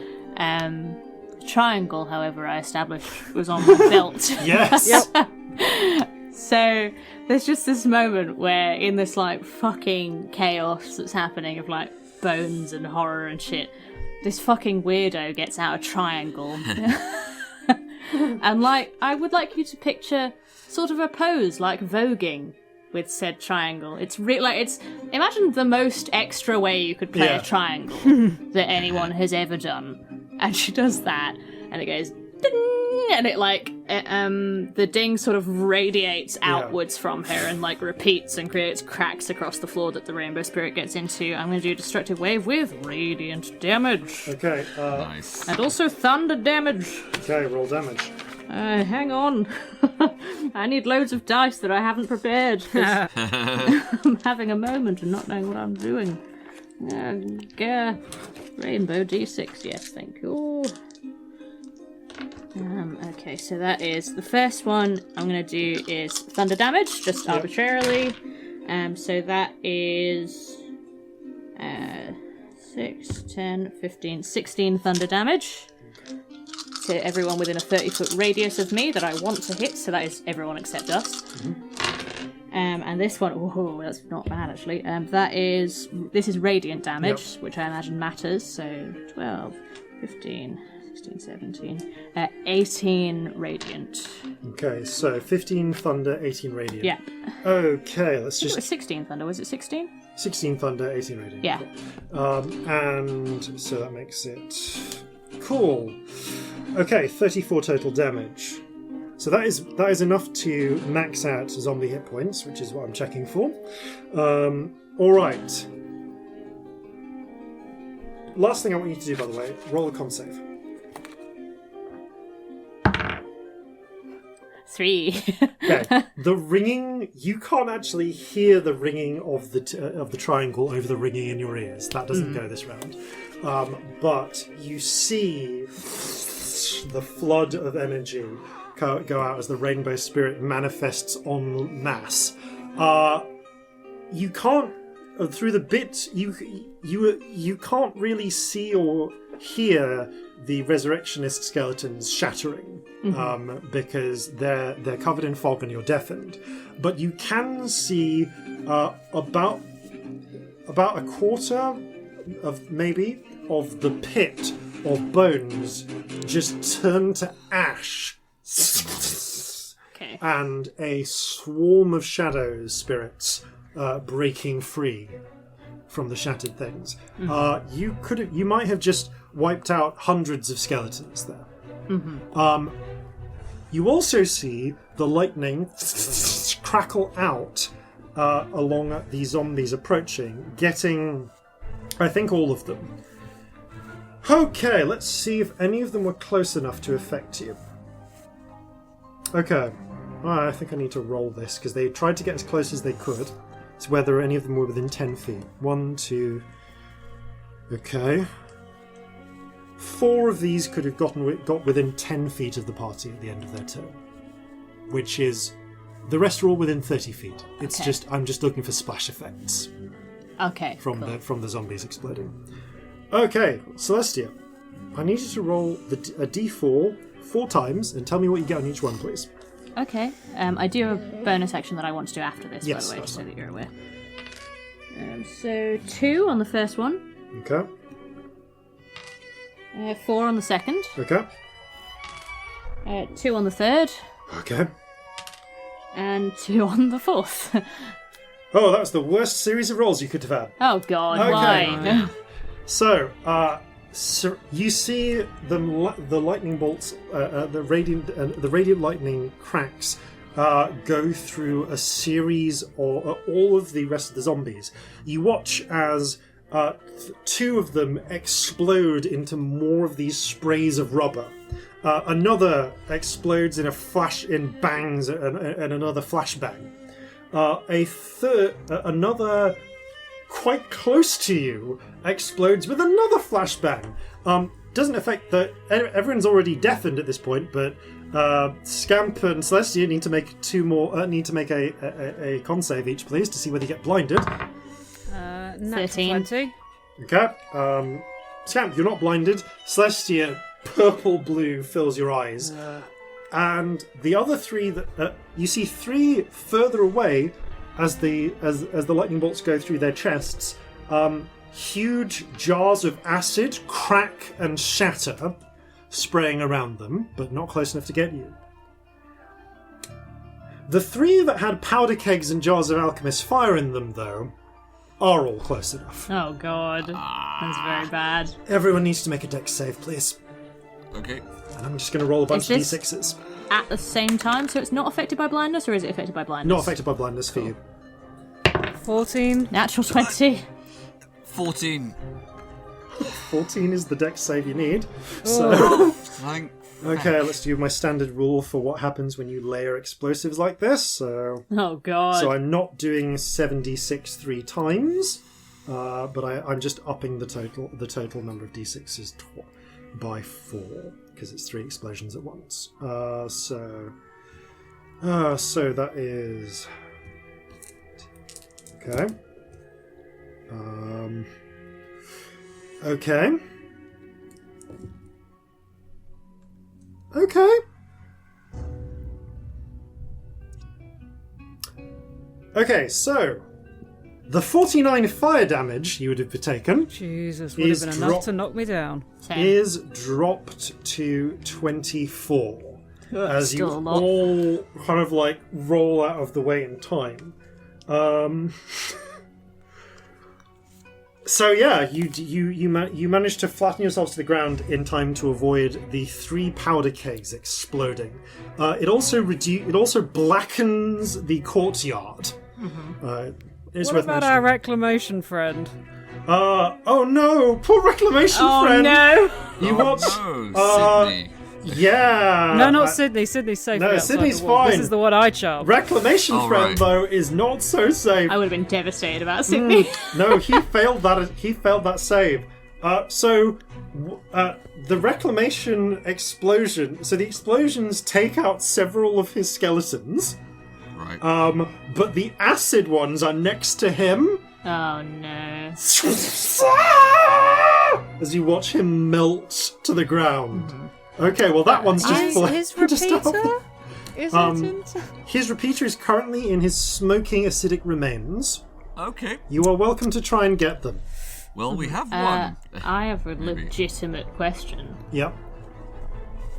Loads of explosions just happened. Yep. And as far as I am aware, the thing that was keeping us in place is just glue that was on the ground that has been exploded. That's Does true, that actually. affect You've gotten enough fire anything? damage that probably would break the tangle blast glues. So, yeah, no, I'm going to grant that enough damage has been done to the glue to Well, break it. the other tactic I was going to try was damaging the glue, and I Yeah, figured that's so just that's happened, actually it. so let's ask. The baking flames turn it from a kind of somewhat elastic rubber into a brittle sort of rubbery substance, and you're able to break through it with a bit of, with just ordinary strength. Cool. It is charred and breaking. I enough also that you have can a handle it. bonus action that I would like to take. Yep.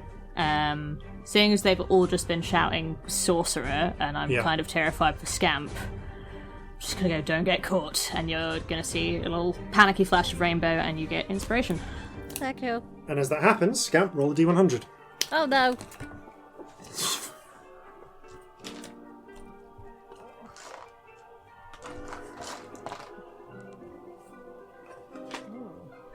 $69. Hey, Nice. Oh no! What? Oh no. Are we all Scamp, dead? Corzin, Celestia, all vanish out of existence Oh. as you all become invisible. Ooh, that's really helpful, actually. Every other Jeffrey. creature was hostile to you within 30 feet has been pretty much destroyed. Yeah, that was the radius of your Yeah. destructive wave. So Yeah. that's Thank fuck you did So, that okay. wave. 68 would have been a disaster for you. So good thing you didn't roll that. What's 68? You become Frightened of the nearest creature. Oh, which God. would be, That which would would've either sucked. be Jeffrey or Celestia, depending. Oh dear. I'd probably say Celestia because I can see her. Yeah. Yeah, Jeffrey's on the back. That would have been really Yeah. bad. Can you see her? Yes, you avoided the you saved against the blindness. Yeah. So you're fine. I'd have been out of there. Yeah. Okay. So yeah, Scamp. Over to you. You are. How much damage yes, did I that's take just now? It was 24, wasn't it? I didn't roll. Yeah, you took 24. Roll concentration. This is Loads, 12. 26. Okay, you're fine. Okay, how much of an action is it to open the bag with the gunpowder in?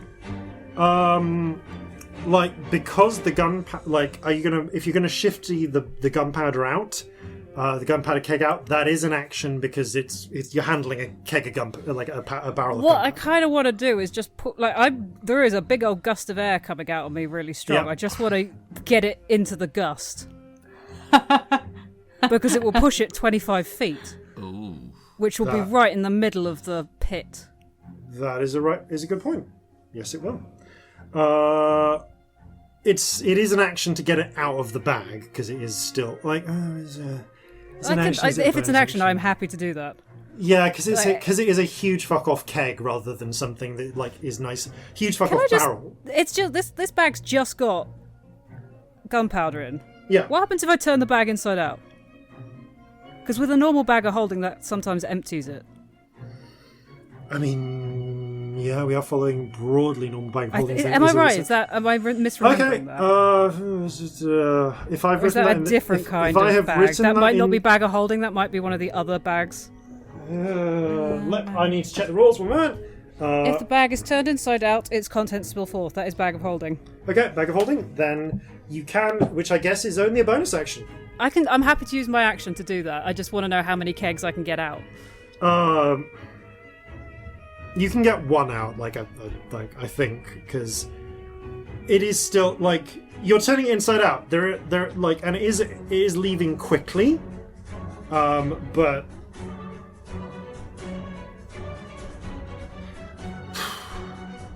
no, I would say this would normally be pulling a bag inside out. Bonus action, fine, go for it. Okay, I will do that. The keg should then get thrown into the middle of the pit. Which it does. And Yeah, then as the I keg, would like the keg to sort of send- like as you invert the bag, there is resistance, by the way. So I probably should have made this fascination, but never mind. I've said bonus action now. So you have to like push to get it out as the lip expands just as much as the normal bag could, which was enough to get it in the first place.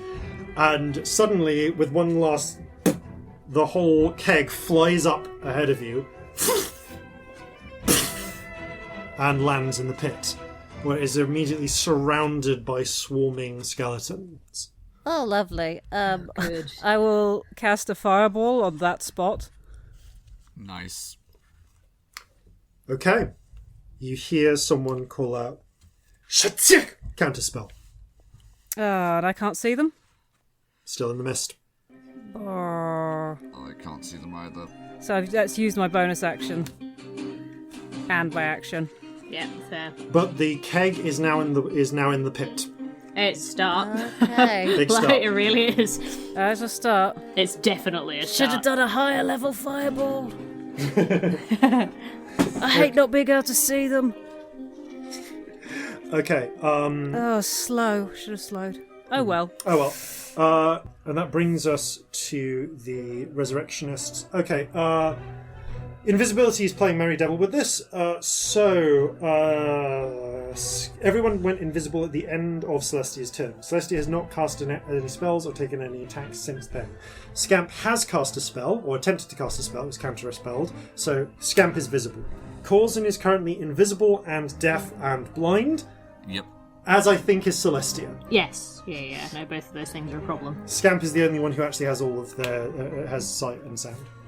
Okay. Right, that's going to make this interesting. So, blindness gives you disadvantage. Does that mean you fail cipher checks? I don't know if it affects your dexterity saves. It doesn't. It hasn't thus far. Hasn't thus far. That's fine. Okay, so I think what they would do then. First of all, is Bigby's hand would try and push Scamp in. Probably not with that roll. Scamp, do you want to roll a check? Yep, gonna use the tides. Yeah.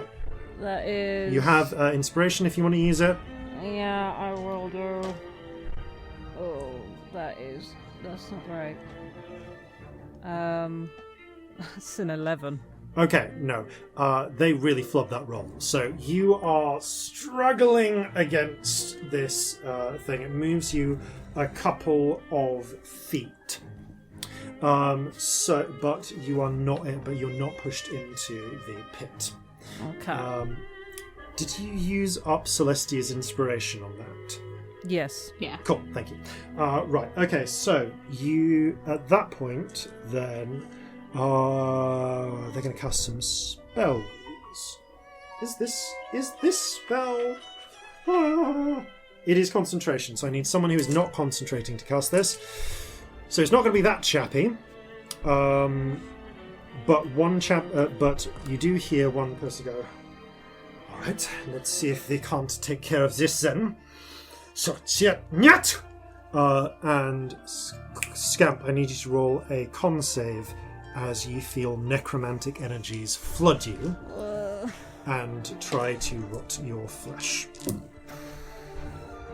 11. That is a failure, unfortunately.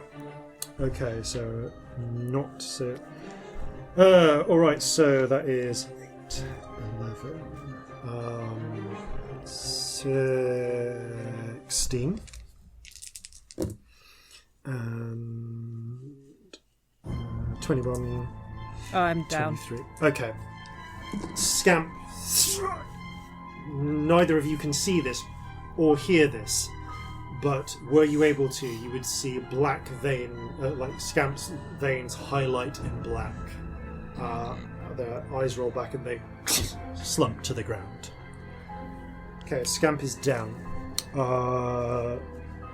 The next person, who is not currently concentrating, would would cast this. You hear... So, again, no one hears, but the halfling is going to cast Fairy Fire. So, Corzin and Celestia, make a dex save, please. Okay. No. Finally, 27. 12. Okay. Because Corzin, you are currently deaf and blind, but you're random like thrashing around under the shattered remnants of the zombie that exploded on you. Is enough to protect you from the fairy fire clinging to you. Celestia, however, is wreathed in pink flames. They're just like little tiny ones, and that is enough for the third one to act. Well, let's try and take you out of the equation. Celestia, you feel like a solid wall appearing against your skin as, unseen by Celestia, lines of force start encircling her. I need a dex save from you, please. Dex save. Make this fresh. Ha, 10. Okay, the walls slam shut into a translucent sphere of force. You are encased with an Otolix resilient sphere. All you can feel of this is a weirdly kind of room temperature surface against your skin where you fall into it. Because I'm blind. And you can kind of feel like it's like the room you're in, the tiny room you're in, moves like a hamster ball when you move. So the sphere can be pushed by you. I just need to check whether it's an action or not, or if it's just move at half speed. The sphere itself weighs nothing. Years from now, people will probably do this for recreation. Yeah. It's your action to, if you are inside the sphere, to push against its walls and hamster ball. But anyone else can pick the globe up and move it, but it weighs as much as you do. Okay. That's the A team. Well, it's the B team. Under the circumstances, those things are going to wait for orders. Corzin. I mean... Alright. Yeah, you're currently blind and blind. deaf, but you're still technically up. Alright. And I'm going to say that you feel like a weird, hemisphere, bounce against your skin. Okay. Celestia is next to you. Can I use half my movement to get up? So I'm standing up. I'm still invisible. I don't think you were ever made prone. So. Oh, okay. Yeah. I So thought the fact that the zombie was on me and I was. No, it was flavor. So you were crouched down, but it doesn't cost you any movement to spring up. You're just a bit unsteady. Fine. That's great. All right. Yeah, your ears are ringing, blue and purple lights in your eyes. If I can't see anything, I'm not going to risk shooting. All right. Can I, other than the thing in front of me, which is sort of bumping up against me, is there any other wall or surface I can feel around me? You can, sure. Feeling around with your hands, you can feel a weird sort of globe, or it feels like some sort of curved surface next to you. You can also feel the corner of the wall where the doors are. And one of the two doors. Alright.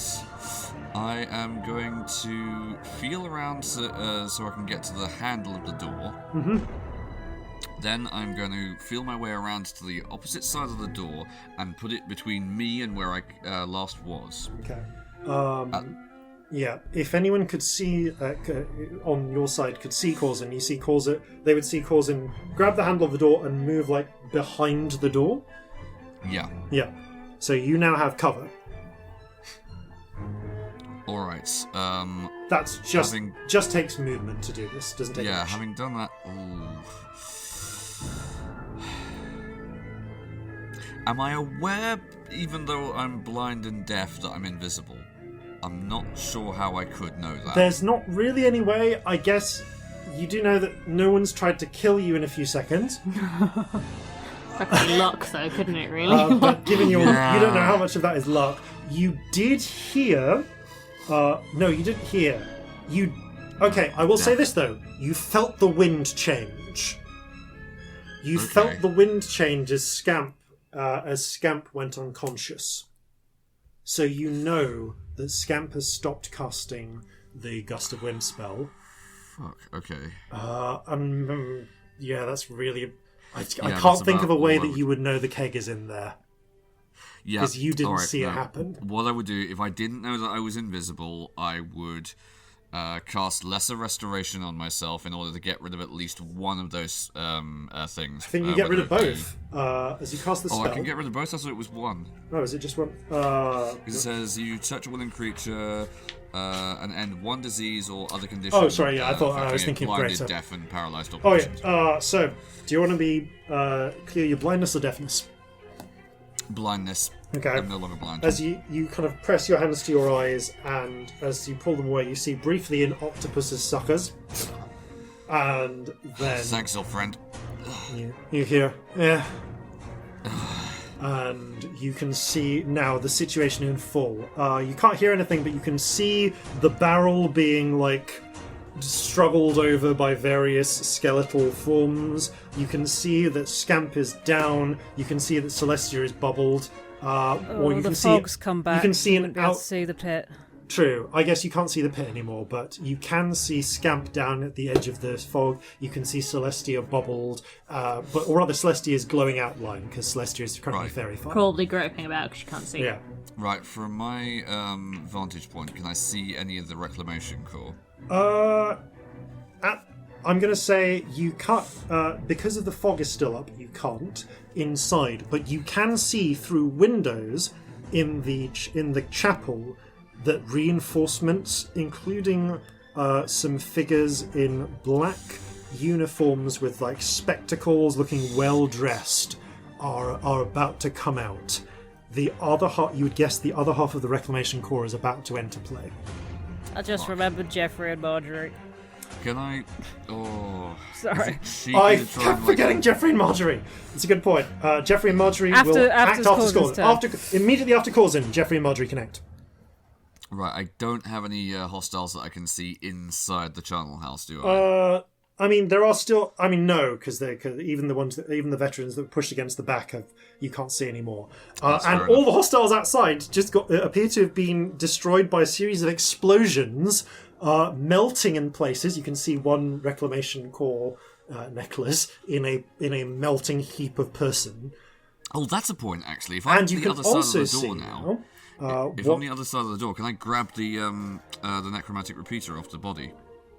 You know what? Yeah, I'm going to say you can. I will do that. It uses up the rest of your movement, but you can if you want to grab it. Yeah, that's fine. It's something. Yeah, you reach down, you grab the repeater, you feel it. You feel a little acid burning your fingers, but you wipe it off. Okay, you've got a repeater. So hey, there's 12 more troops. You also can now see as they are moving into position on the rooftops. They were concealed under. They were concealed, but I was just checking to see if at any point you would do like would explicitly do a general look over of the building for a perception check on this. Well, I was going to be searching for any hostiles. That's all right. Well, you see them now. You see what Marjorie saw on the way in, which is skeletal figures rising from camouflage on the rooftop and raising weapons. Fuck. Okay. Both of the chapel and the charnel house. Right. Noted. Here is where the necromancer's own animated dead are. So, things are bad. You also see Marjorie flying. Okay, so yes, Corzin, you can see skeletons on the rooftops, which is what Marjorie saw and was flattering about, and. That's as far as you can see. You think you've used your action. You still have your bonus. All right. And you are not that you realised you were ever invisible, but you're now visible. If I've still got a bonus action left and I can see those skeletons, I am going to cast Hunter's Mark. Okay. You Hunter's Mark. I mean, technically, said you saw them. You can Hunter's Mark one of the resurrectionists that are about to enter the field. Picking up. Okay, your options are. I'll give you. Your options are half blonde-haired half elf, grey, long black-haired orc lady, or mid-length wavy black-haired and bearded human. Who is at the front? Probably the half elf. Right, the half elf then. Cool. I'll describe these when they come in. Okay, so you mark The Dr. fish go Higgs. out. Okay, I think that is your turn. Jeffrey and Marjorie, who we forgot, but can act freely. I don't think Marjorie can really do anything. Marjorie can still. Run interference. Marjorie can still take actions, but the actions that a bird can, for the most part. Yeah, and she also can't attack, so she's very limited without me being conscious, and also there's just not much you can do in this instance. But Jeffrey knows where the healing potions are. Jeffrey does, and is now freed from his former suggestion. So, cubbing out knife in teeth, is going to take a healing potion and force feed it to you with his action. Thank you, Jeffrey. Okay. Well, that's not much, but it is conscious. Okay. Scamp is back up for a given value of up. And at that point, dying. The B team arrive. You watch as 3 figures emerge from the chapel, and also spread out a little each as they come out. So they're all going to put 25 feet of distance between each of them, because don't put yourselves in easily a position where all of you can be fireballed at once. In fact, one of them will probably stay behind cover and peek out. But you see 3 people arrive. A half-elf woman, fair skin, blonde hair, with purple eyes, a prim and proper red and black uniform, and spectacles. An orc woman with grey-yellow skin, long black hair going white at the temples, and a scar on her jaw with medals on her uniform. And a human man, dusky-skinned, mid-length, wavy black hair and a trimmed beard, smoking a pipe. Dr. Higgs, Dr. Pfizer, and Dr. Gosh enter the fight. So here are the senior resurrectionists. Okay, what are they going to do under the circumstances? I think no one is going to use Circle of Death because that's suicidal. Circle of Death just kills everything within 60 feet that's not you. Yeah. It's the worst spell. However, they are going to want to try and gain control of the situation. So, first thing they're going to do... Okay, they can see Scamp. They can see they can now see Corzin. They can see that Celestia's outline is bubbled. They are going to cast some spells then. They know that they want to take some people down and some people prisoner. Okay, first thing then, Dr. Gush is going to make a circle with his hand. Well, let's put you away then, and cast a spell on Corzin. Magic uses Nemesis. Magic uses Nemesis. Remind me what this does. Okay. Because he is within 60 feet. It's really cool. He's within ability. 60 feet of me, and I can see him. Yep. I can use a reaction to magically try and foil it. He must make a Wisdom saving throw, DC 16. Okay. I mean, if you want to use it, it is there. But oh no! Oh no, they're wizards. They're better wisdom saves than their raw wisdom indicates. Okay, Scamp. You got like a 25% chance of shifting this if you really want to.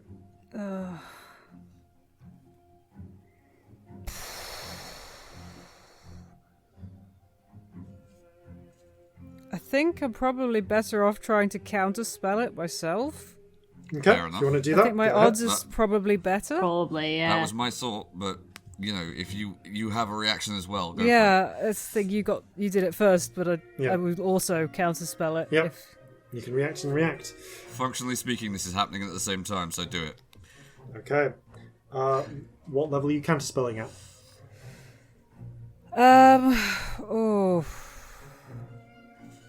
I kind of need the high level stuff. Oh, let me just do some maths. I'll do it 5th, sod it. Okay. That just succeeds. Oh, lovely. Yes. You shatter the spell as it's coming, and Corzin is. I don't use that ability. I still have it. I mean, Oh yeah, you haven't used it. If it fails, it doesn't use it up. Then is that how it works? Cool. No, it was.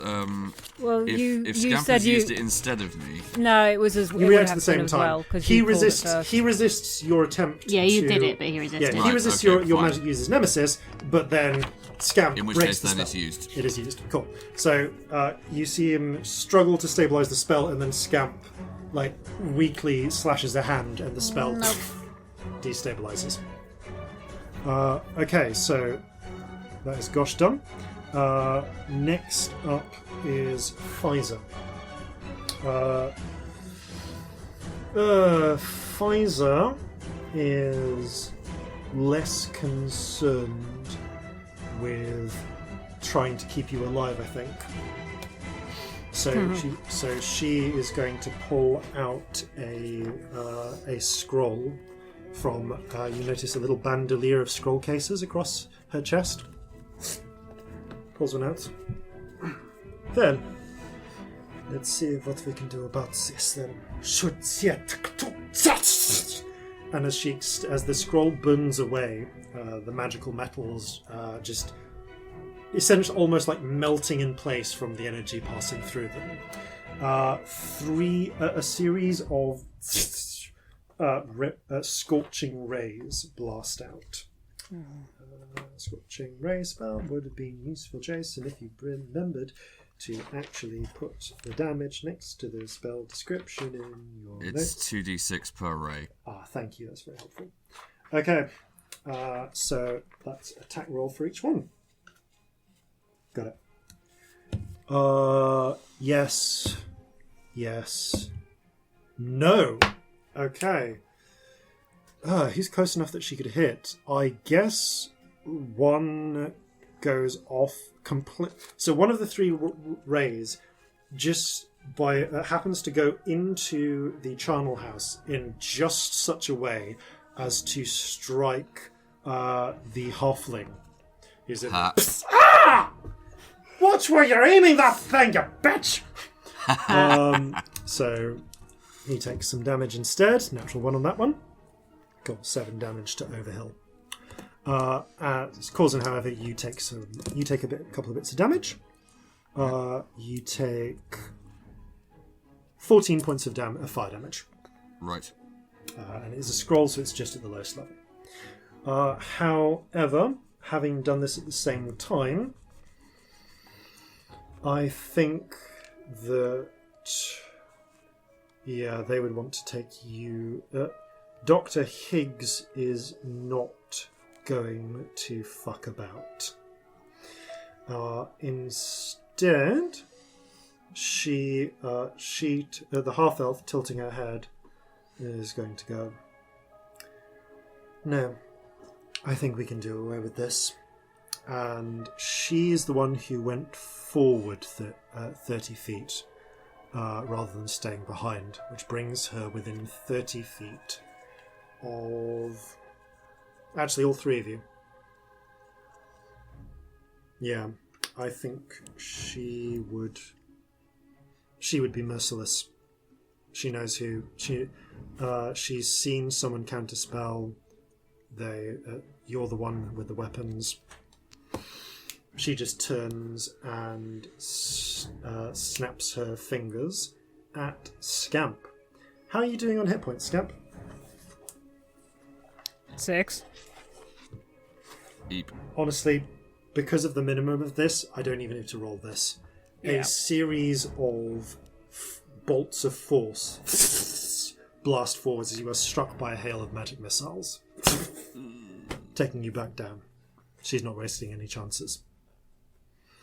So Scamp is once again incapacitated. The zombies are all dead, and it's just the 3 veterans inside who, I guess, are going to take some pot shots at Corzin. Okay. Corzin I has still have partial cover. cover because of the doors, I think. Yep, one of them really fucked up. Yeah, 2 of the bullets rain against the door. One, you just hear, pfft. Does no one know how to fucking aim? As Dr. Overhill takes more damage. Fucking hell, Dr. Overhill. Is Dr. Overhill concentrating on anything? Dr. Overhill is the one member who is... Actually, yes! Dr. Hill is concentrating, so let me just roll some con saves. Damn it, Jimmy, he's a doctor, not a marksman. Dr. Overhill keeps his concentration after multiple attacks. Poor Dr. Overhill. That which brings us to the skeletons on the roof, who cock their muskets, and Corzin, you hear Dr. Higgs call out, and it should be up here. Yeah. Call out, "You are outgunned and outmanned. Surrender, and you will be taken prisoner."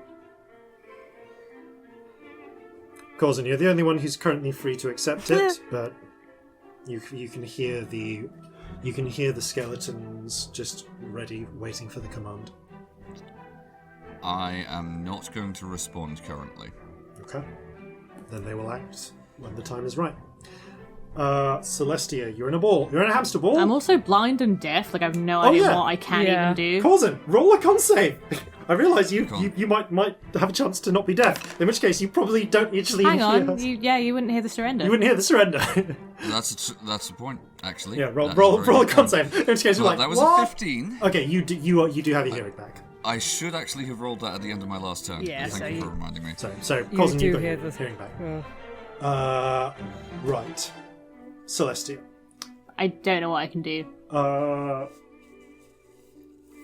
Yeah, just roll 2 con saves for the moment. I mean, Let's bend the rules. You can I'm not hold an saying- action. You can hold your action and act. If you want to bonus action anything before holding your action, though, by all means do. I might heal myself. Do. You cast healing word yourself. Ding. I'm not gonna do a healing word. I'm gonna do a potion. You do a potion? Okay. Yeah, I've got 4, so You drink a potion. Oh, I've just thought of something. Cool. No, I made that decision. That's fine. Cool, that's slightly better hit points. And yeah, then I'm gonna. Can I like grope like a blind person and see if I can feel the sphere? Yeah, you can feel the sphere around you. Okay.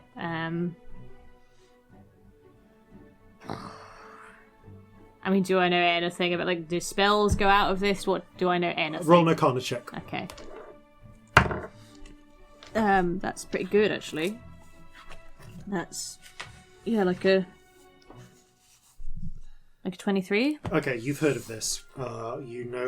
You've heard about this as part of your training. This is the resilient sphere is a nigh perfect sphere. Nothing can pass through. Objects, energy, spell effects. I think it says nothing, so technically not even sound could really pass through. But I'm going to say you can hear like a muffled sounds coming through. I mean, I can't. You are. You can breathe, so You air can breathe. must- Air can come through. The sphere cannot be damaged ordinarily, and you cannot be damaged by anything coming from out of the sphere. You are basically trapped in the bubble. It is a concentration spell, so you are weirdly really protected right now, as well as imprisoned. And weirdly, you know that you could break it if you had a disintegrate spell, but that's not really useful. Theoretically, Scamp could dimension door into it. But you are probably in a sanctum right now. We might also not be currently because unconscious. they've fucked up the consecrated ground. Yeah. You're But not the sure. sanctum effect still stays. We That's thought. true. Yeah, That was what we decided. Otherwise, we did. Yeah. we'd have dimension door the fuck in. You'd have just dimension door in. Definitely. Like, if you get out of the area, then theoretically Scamp could dimension door in, but... I'm blind and in a sphere. Yeah. Holding your action, then, roll 2 con saves. Okay. Yeah, I will hold my action if that's Yeah. okay. 18. Okay, first one. So you're no longer blind. The purple and blue lights clear. 7. So I'm still deaf. You can still hear the ringing in your ears, but as your vision clears, you can see Scamp is down next to you. Corzin is behind, like held up against a door, and you can now see the ranks of skeletons aiming weapons at you. and you can't make out the words of surrender, but you get the sense that there is a standoff going on outside.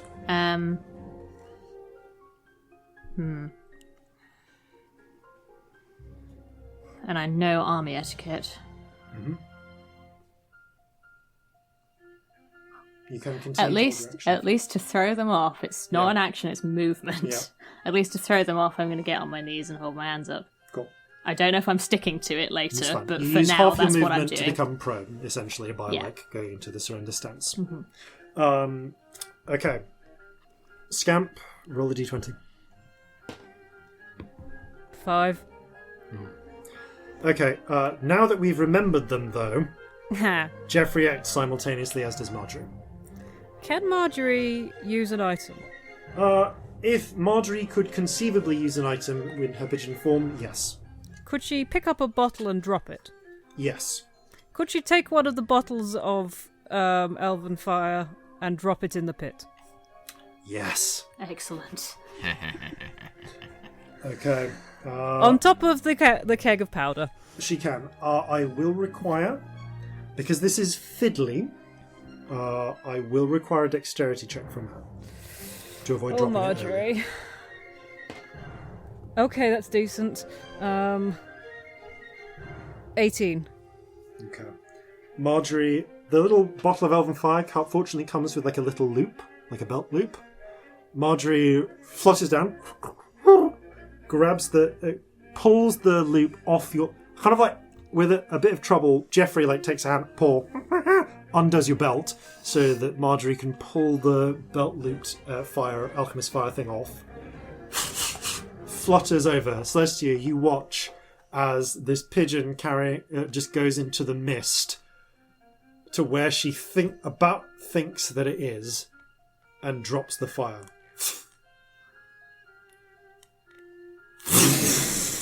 Oh, delicious. Nice. There is a blast.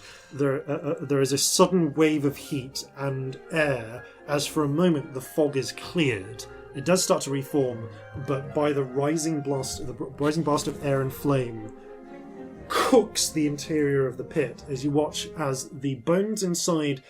It's not quite hot enough to actually cremate, but the exploding gas does shatter bones against the sides of the pit. In a bludgeoning manner. Indeed.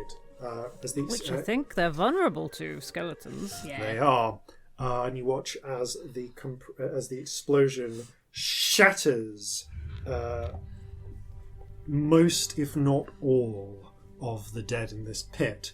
Corzin, you see and hear Higgs look to the exploding pit and go, "No!" And at that Celestia point, on her knees with her hands up just turns one hand around and puts a middle finger in the air. coldly, Higgs raises a hand and gestures at Corzin. So, Scamp, Jeffrey is presumably feeding you a potion. I don't know. What Jeffrey did. Jeffrey's got his sword, right? Yep. Remind me what the sword does. It's basically a +1 sword, and once you can cast a wish. Do we feel like this is wish time? I mean, Does that Jeffrey is feel like it's up wish to time? you That and is up to Jeffrey. you and Jeffrey. I don't want it to We be are- up to me and Jeffrey. We're very fucked. I can't see a way out, I mean, but there might be we one ideally need you to be up. because sometimes there is one. So I don't know is the answer. I just don't see how we're getting to the next round where I can do anything. Yeah, I honestly am struggling for anything here. I know what I'm going to do, but it's metagaming to tell you. Yeah. Oh, I'm hoping it's not metagaming to tell you I have no idea how we're getting out of this, because Yeah, I think that- that's that- obvious. no, it is not. It is Yeah, not. it's not. I think that's I just think- obvious. Yeah, it's... Jeffrey acts simultaneously to Scamp, so I'm not sure that, I don't know that they would technically get their action back. Although, actually, what No, would happen... I think we've always done it, Jeffrey goes sort of at the end of my turn. So at the end of your if they feed me a turn. potion- Speaking of which, though, because it is the start of... during your turn, we'll say, roll a D100. Oh no. Oh boy. Because we are in high drama. 50. So glad 56? that we've destroyed the pit. 56. Does this negate the The previous one? blonde, the lovely blonde hair of Peter just falls out. Now the other one's still up, which is oh Peter. The other one is Sad up and Peter. super relevant right now, which is Yep. Yeah. Oh yeah, that really- weird other Yeah, thing that we yeah, didn't know that if weird would really other happen. don't thing. want That's to really happen. relevant, but could happen. Jeffrey, dunno. While Jeffrey is deciding, though, for that, Corzin, yeah. Maybe Jeffrey will hold an action.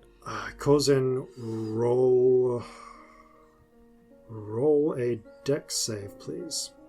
Dex save. Okay. You can add your So cover Jeffrey's plus 2 for your holding. cover. Yeah.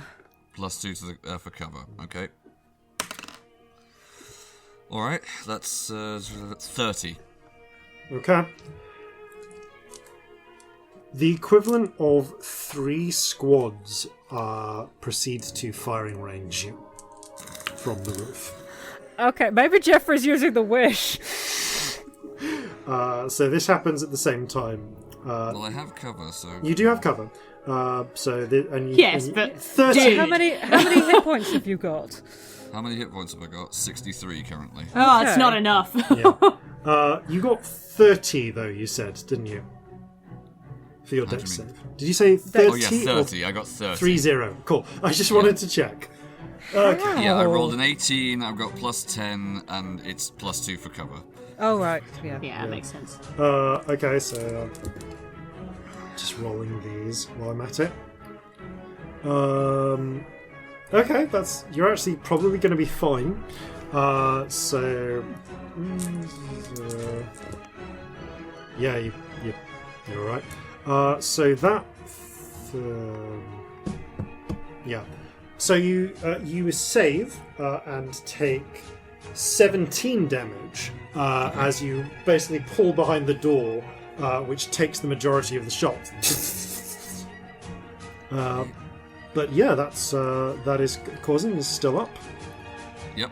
Would Jeffrey wish in this situation? Up to Jeffrey. If Corzin's still up, I think it's still sort of held. I think Jeffrey's just sort of sat there Jeffrey's with a just potion holding in their one action. hand and a sword Potion in the in one other. hand, sword in the Yeah, other. I'm injured, but I'm still up. Okay, Scamp is still in the process of bleeding out at the moment. Then Yeah. until we hear otherwise. Yeah, I can't do anything. Yeah. Okay. Well, so Vega is still... Okay, the remaining 3, who's, I guess I'll give you their surnames as well, Dr. Oscar Vore, Tess Vega, and Bolo Overhill, are going to act the A-team. And, yeah, I mean, their job is literally just to take you down or take you prisoner. So... Overhill... How are the ones inside the house doing? Like the ones that... Did they get hit by the explosion? It's a good point. I suppose that... I mean, the explosion was kind of channeled upwards by the pit. The pit Yeah. is wide enough that the explosion radius wouldn't actually hit outside the pit because you've got it right in the Fair middle. enough. But I will say that they are like flustered and momentarily visible from the fog being cleared by the updraft. So... Yeah, I mean, I guess they'll try and capture you. Because their orders are capture or kill, and right now Scamp is unconscious. They are going to. Cool. I guess Dr. Vore, the orc, is going to cast their own...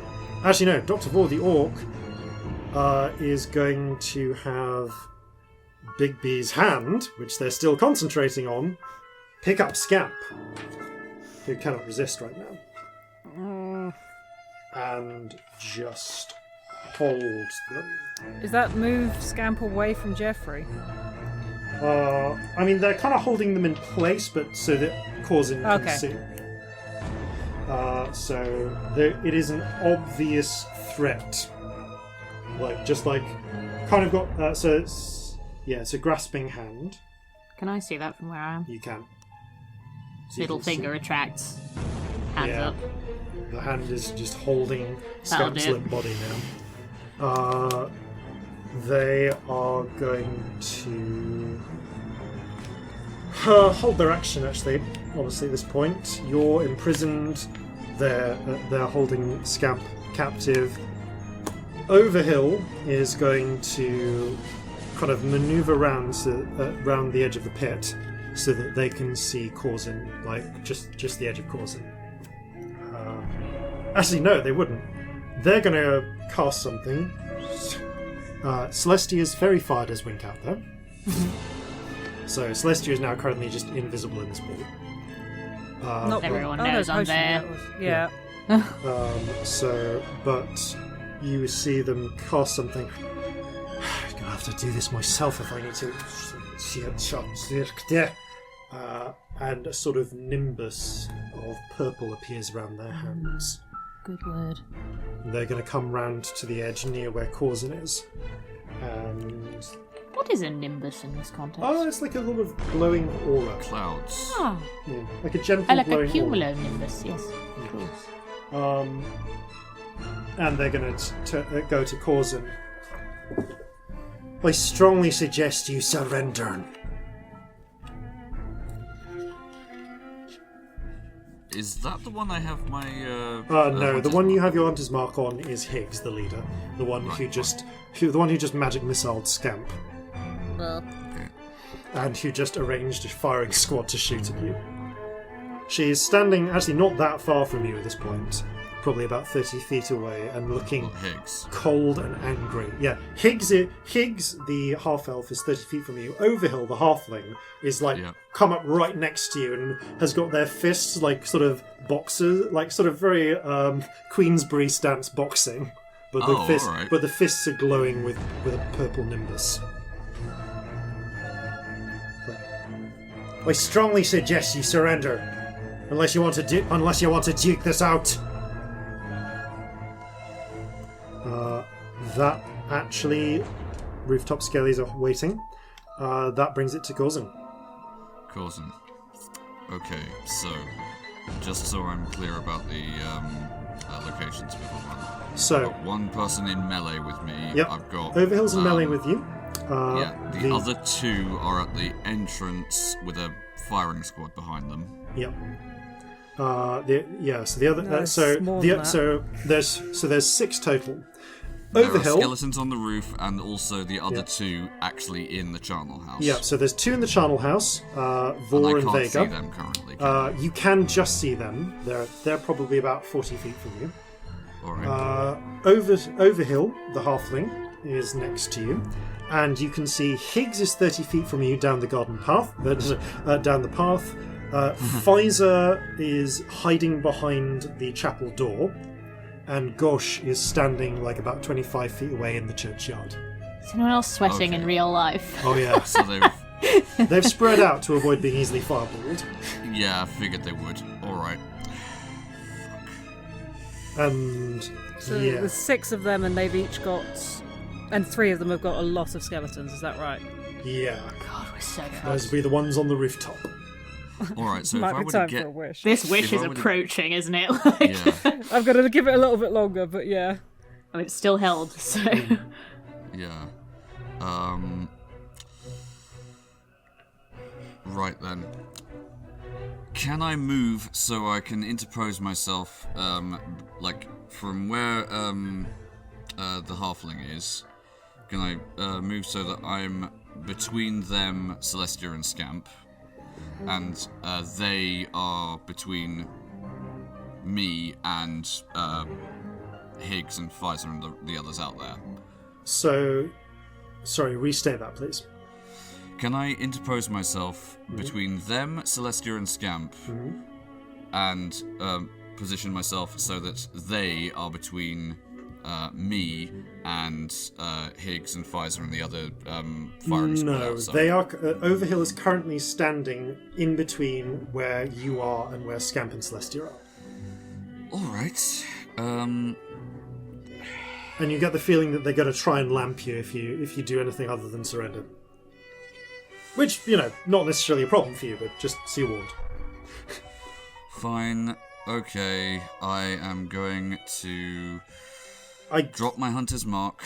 As a bonus action, I'm going to try and cast Ensnaring Strike on them, and then shoot at a different direction. Can I tell which one of the mages inside has the hand up that is grabbing Scamp? Yes, you can, because they've got a glowing... I'm going to say you can see like a glowing blue nimbus around their own hand, where they're like miming what the hand is doing to Scamp.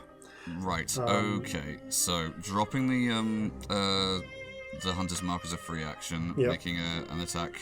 So know this is going to be with disadvantage because they're in melee with me. So you are ensnaring striking Overhill, the one in melee with you.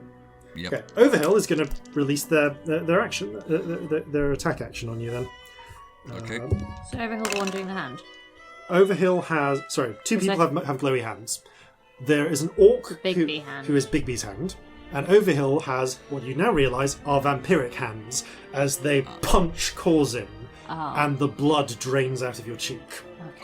Okay, one of those was a natural one with disadvantage, so I'm going to re-roll that. Okay. I was confused who you were going for. I thought you were going for the Bigby's hand one, but... Yeah, well, the thing being is that I have multiple attacks per round, so if I spend a bonus action to Ensnaring Strike the one straight in front of me, I'm then free to make two attacks try and hit the other one without them getting an attack of opportunity on me. Rangers are cool. Yeah. Yeah. Okay, so that is going to be a 25 to hit them? Yeah, 25 hits Overhill even. They also drain... How much damage do they do to me? 13 necrotic to you. Right. Which they regain 6 in hit points. Okay, do I just lose that permanently, or...? No, it's just temporary hit point loss. Right. No, it's just damage. Right, so I will roll the damage on them first. Mm-hmm. That is... As they punch you with the box, you see their own injuries heal up. 15 percussive damage and a further 3 for the Ensnaring Strike. Ah, fuck! I am then going to try and shoot up at the one who has Scamp held. Is there anything nearby them as well? I'll say there's some tables and chairs. Right, nearby. okay, no other combatants. I'd say like 10 feet away is the one currently holding Celestia in the bubble, you think? Oh, in which case then, I am going to load the Shot of Souls and use that. Okay. Fit. Because it's area of effect. Fair enough. Getting out of this bubble would be incredible. Okay, Shot of Souls it is then. Boom. Okay, that is a 23 to hit. I mean...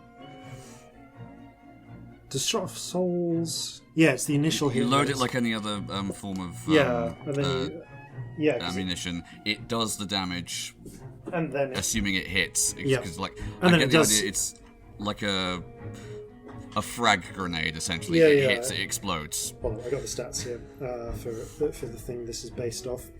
I just want to. I think it works like you hit the initial person and then there's splash damage. Do I do the mundane damage to the initial person as well? On a hit, on a hit, the target takes the normal weapon damage. Right. Plus 4d6 necrotic, and then everything around them has to make a con save or take 4d6. Okay, the normal weapon damage, excluding the original, is 13 percussive. Okay. And I will roll the necrotic now. Alright, that is 15 necrotic damage to everything save for half. Okay, so say for half on them. That chap takes the 4. Oh, okay. So Hopefully that's at least going to get Scamp free. I'm going to use the rest of my movement because I know that the halfling is restrained to get to cover relative to where Higgs and the rest are. Okay. If at all possible, closer to Scamp. Sorry, I was doing hit points at the same time as you said that. No worries. Sorry. Can you please restate that? Yeah, I'm going to use whatever movement I have remaining to get to cover, relative speaking, to Higgs and the firing squad outside. Okay. If I can, closer to Scamp. Cool. You basically go inside the building on the other side of Scamp, then. Right. So that you've got cover from all the rooftop shooters. Did anyone drop concentration? Please tell me someone's dropped concentration after They're like 25 damage. They're warcasters. One rolled 18, one rolled a natural 20. It's completely fair. So They annoying. only need to roll a 12 to get over a 25 damage. Yeah, it's the worst. Um, Why wouldn't they all have warcasters? but as the shot of souls strikes Dr. Vore, you can see the three other ones. You see this fat orc, grey blue skin, balding white hair, walrus moustache, uniform jacket a bit unbuttoned and slovenly, just takes the shot right in the gut, and the colour leach out of them as it draws more in. You see next to him is a human woman. You know, the fog has temporarily dropped. Ebony-skinned, tight-cut afro, gold-rimmed spectacles, has her own bandolier of scrolls across her chest, dive out of the way as kind of parts of her flesh seem to sink in and wither from the Shot of Souls effect. Vore is the most damaged. Vega's still holding, and both Bigby's hand and the sphere are still in place. I mean, all right. The threat was presented, and you didn't hold to it. Scamp takes a death set fail. Just one? Hand crushes. Just one, because it's not a creature, so it doesn't auto crit in the same way. Okay, well then I have got 2 failures. And Well, you we can need to do hear something. you can hear Scamp's bones squeak. Oh god, I have so many temptations and thoughts that are not helpful And- right now. I can see that, can't You I? can see that. I don't hear it as well because I'm in the sphere. but I can It's see it. all a little bit muffled. Yeah. Like if you were to shout, then like Corzin would hear like you'd pantomiming is more the way. Panic and hit the side of the sphere. Doesn't do anything. I No, do. it like wobbles a bit. You can still move about, can't you? Not right now. You It have takes to, an like- action. Yeah, it Yeah. takes an action. You got a hamster ball. Right. You're still holding. Yeah. Celestia's still holding her action though. Yeah, I haven't done anything for yet. the moment. As is Jeffrey. Yeah. Is that happening? That is Corzin's go though. Okay, the B team have met psychos like you before. So that you like. So they are, because as we all know, Corzin mad bastard always doesn't know, does not accept I did. surrenders. I did have a moment where they were like saying to Corzin surrender. I was like, that's not going to happen. Yeah, Oh yeah, we could definitely do a whole not gonna prison happen. break. Oh no, that's Corzin they're talking to. Never mind. yeah. Okay. At that point, so another character is going to come out at this point. Oh god. As you see a worried-looking, balding orc. Is it the priest? Yeah, in like a Amazing. black vicar's sort of outfit with a Oh, dog God. collar. Like, he's having a weird straight out, day. is everything? Oh, Regent! Yeah, big snap. Just be ready to stabilize them. She narrows her eyes. I've met people like you before. Heroes. You don't go down easily unless we take you down. Oh boy, this is going to be an interesting one. She is going to point a finger at Corzin. And I just need to check this. I had taken cover. Yeah, you've got cover. That she can still see enough of you to point a finger. Fair enough. I think that might be enough for Jeffrey. That might be time. Yeah. Okay. I think it's At time. that moment, Because if Jeffrey's that- gonna do it then. I hate that I can't help the slight metagaming of, oh god, a necromantic wizard is pointing a finger. I think that's enough for Jeffrey can see this has gone well out. Though, you know? Yeah. Jeffrey's But just going to genuinely. clutch the blade and both like for a moment, just putting the second paw onto it.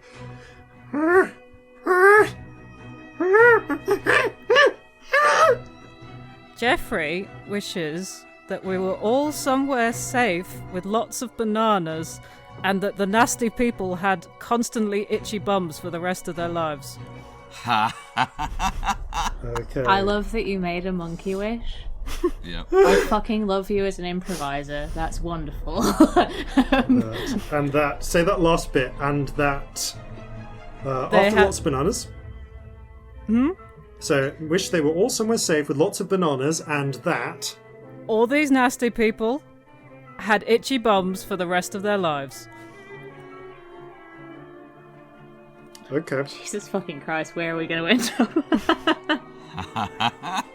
Yeah, like Jeffrey's image of somewhere safe, it varies, but a lot of it is Scamp's room. Okay. That is their first sort of more permanent home. So, Scamp, you hear there's just a moment where faintly at the edge of your consciousness you can hear a voice going no as Jeffrey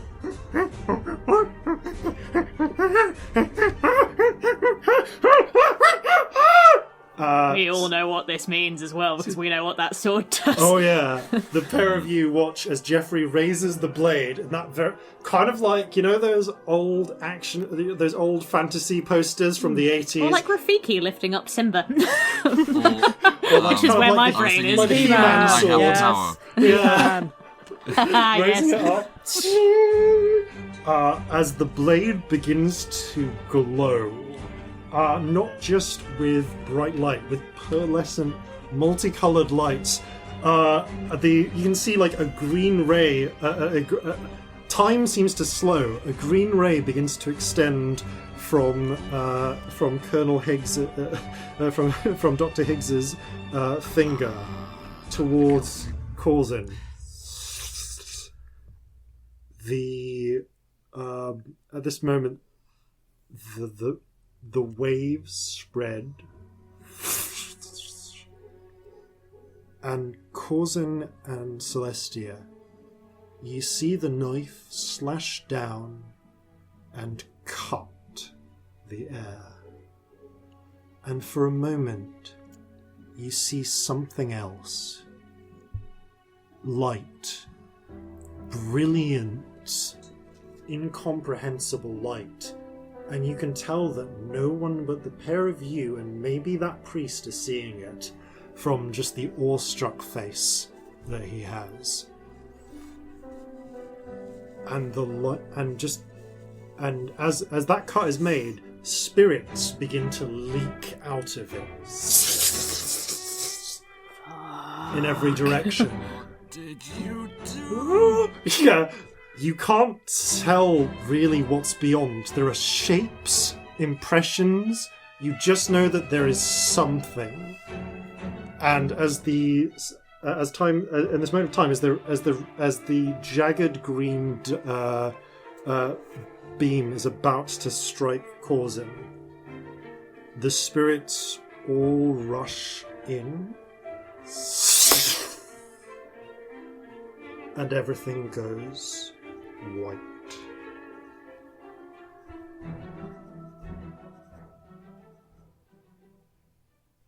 And we're going to pick up there next time. Oh no. We really would have been dead, though, wouldn't we? Okay, we're going to see the Well- consequences of Jeffrey's wish. I mean, don't get me wrong, we're still fucked, but like we would have been absolutely doing a Prison Break episode. Oh yeah, I was gearing up for a Prison Break multiple episode deaths. there. Yep. I was gearing for a Prison Break episode, possibility of you dying. I was like, okay, at this point they're just gonna fucking finger of death Corzin and move and like take the other pair of you prisoner, and we'd have to work it out from there. Like, my sort of reasoning at that point is they're going to take the sword off the monkey. Yeah. The odds of us getting the sword back are so not good. low. I don't want to give a wish to the enemy. That would be No, very that bad. would be very and they bad. would figure it out at some point. That's the thing, because they have mages. They'd know. Yeah. But that They'd is recognise a where- magic but sword, that, and then they'd I work think, out what is it where did. we are going to pick up next time. Thank you all very much for playing. Thank you all very much for listening. Oh, Jeffrey, you done good. And Possibly. farewell from all of us here at Flintlocks and Fireballs. Fair seas and natural 20s.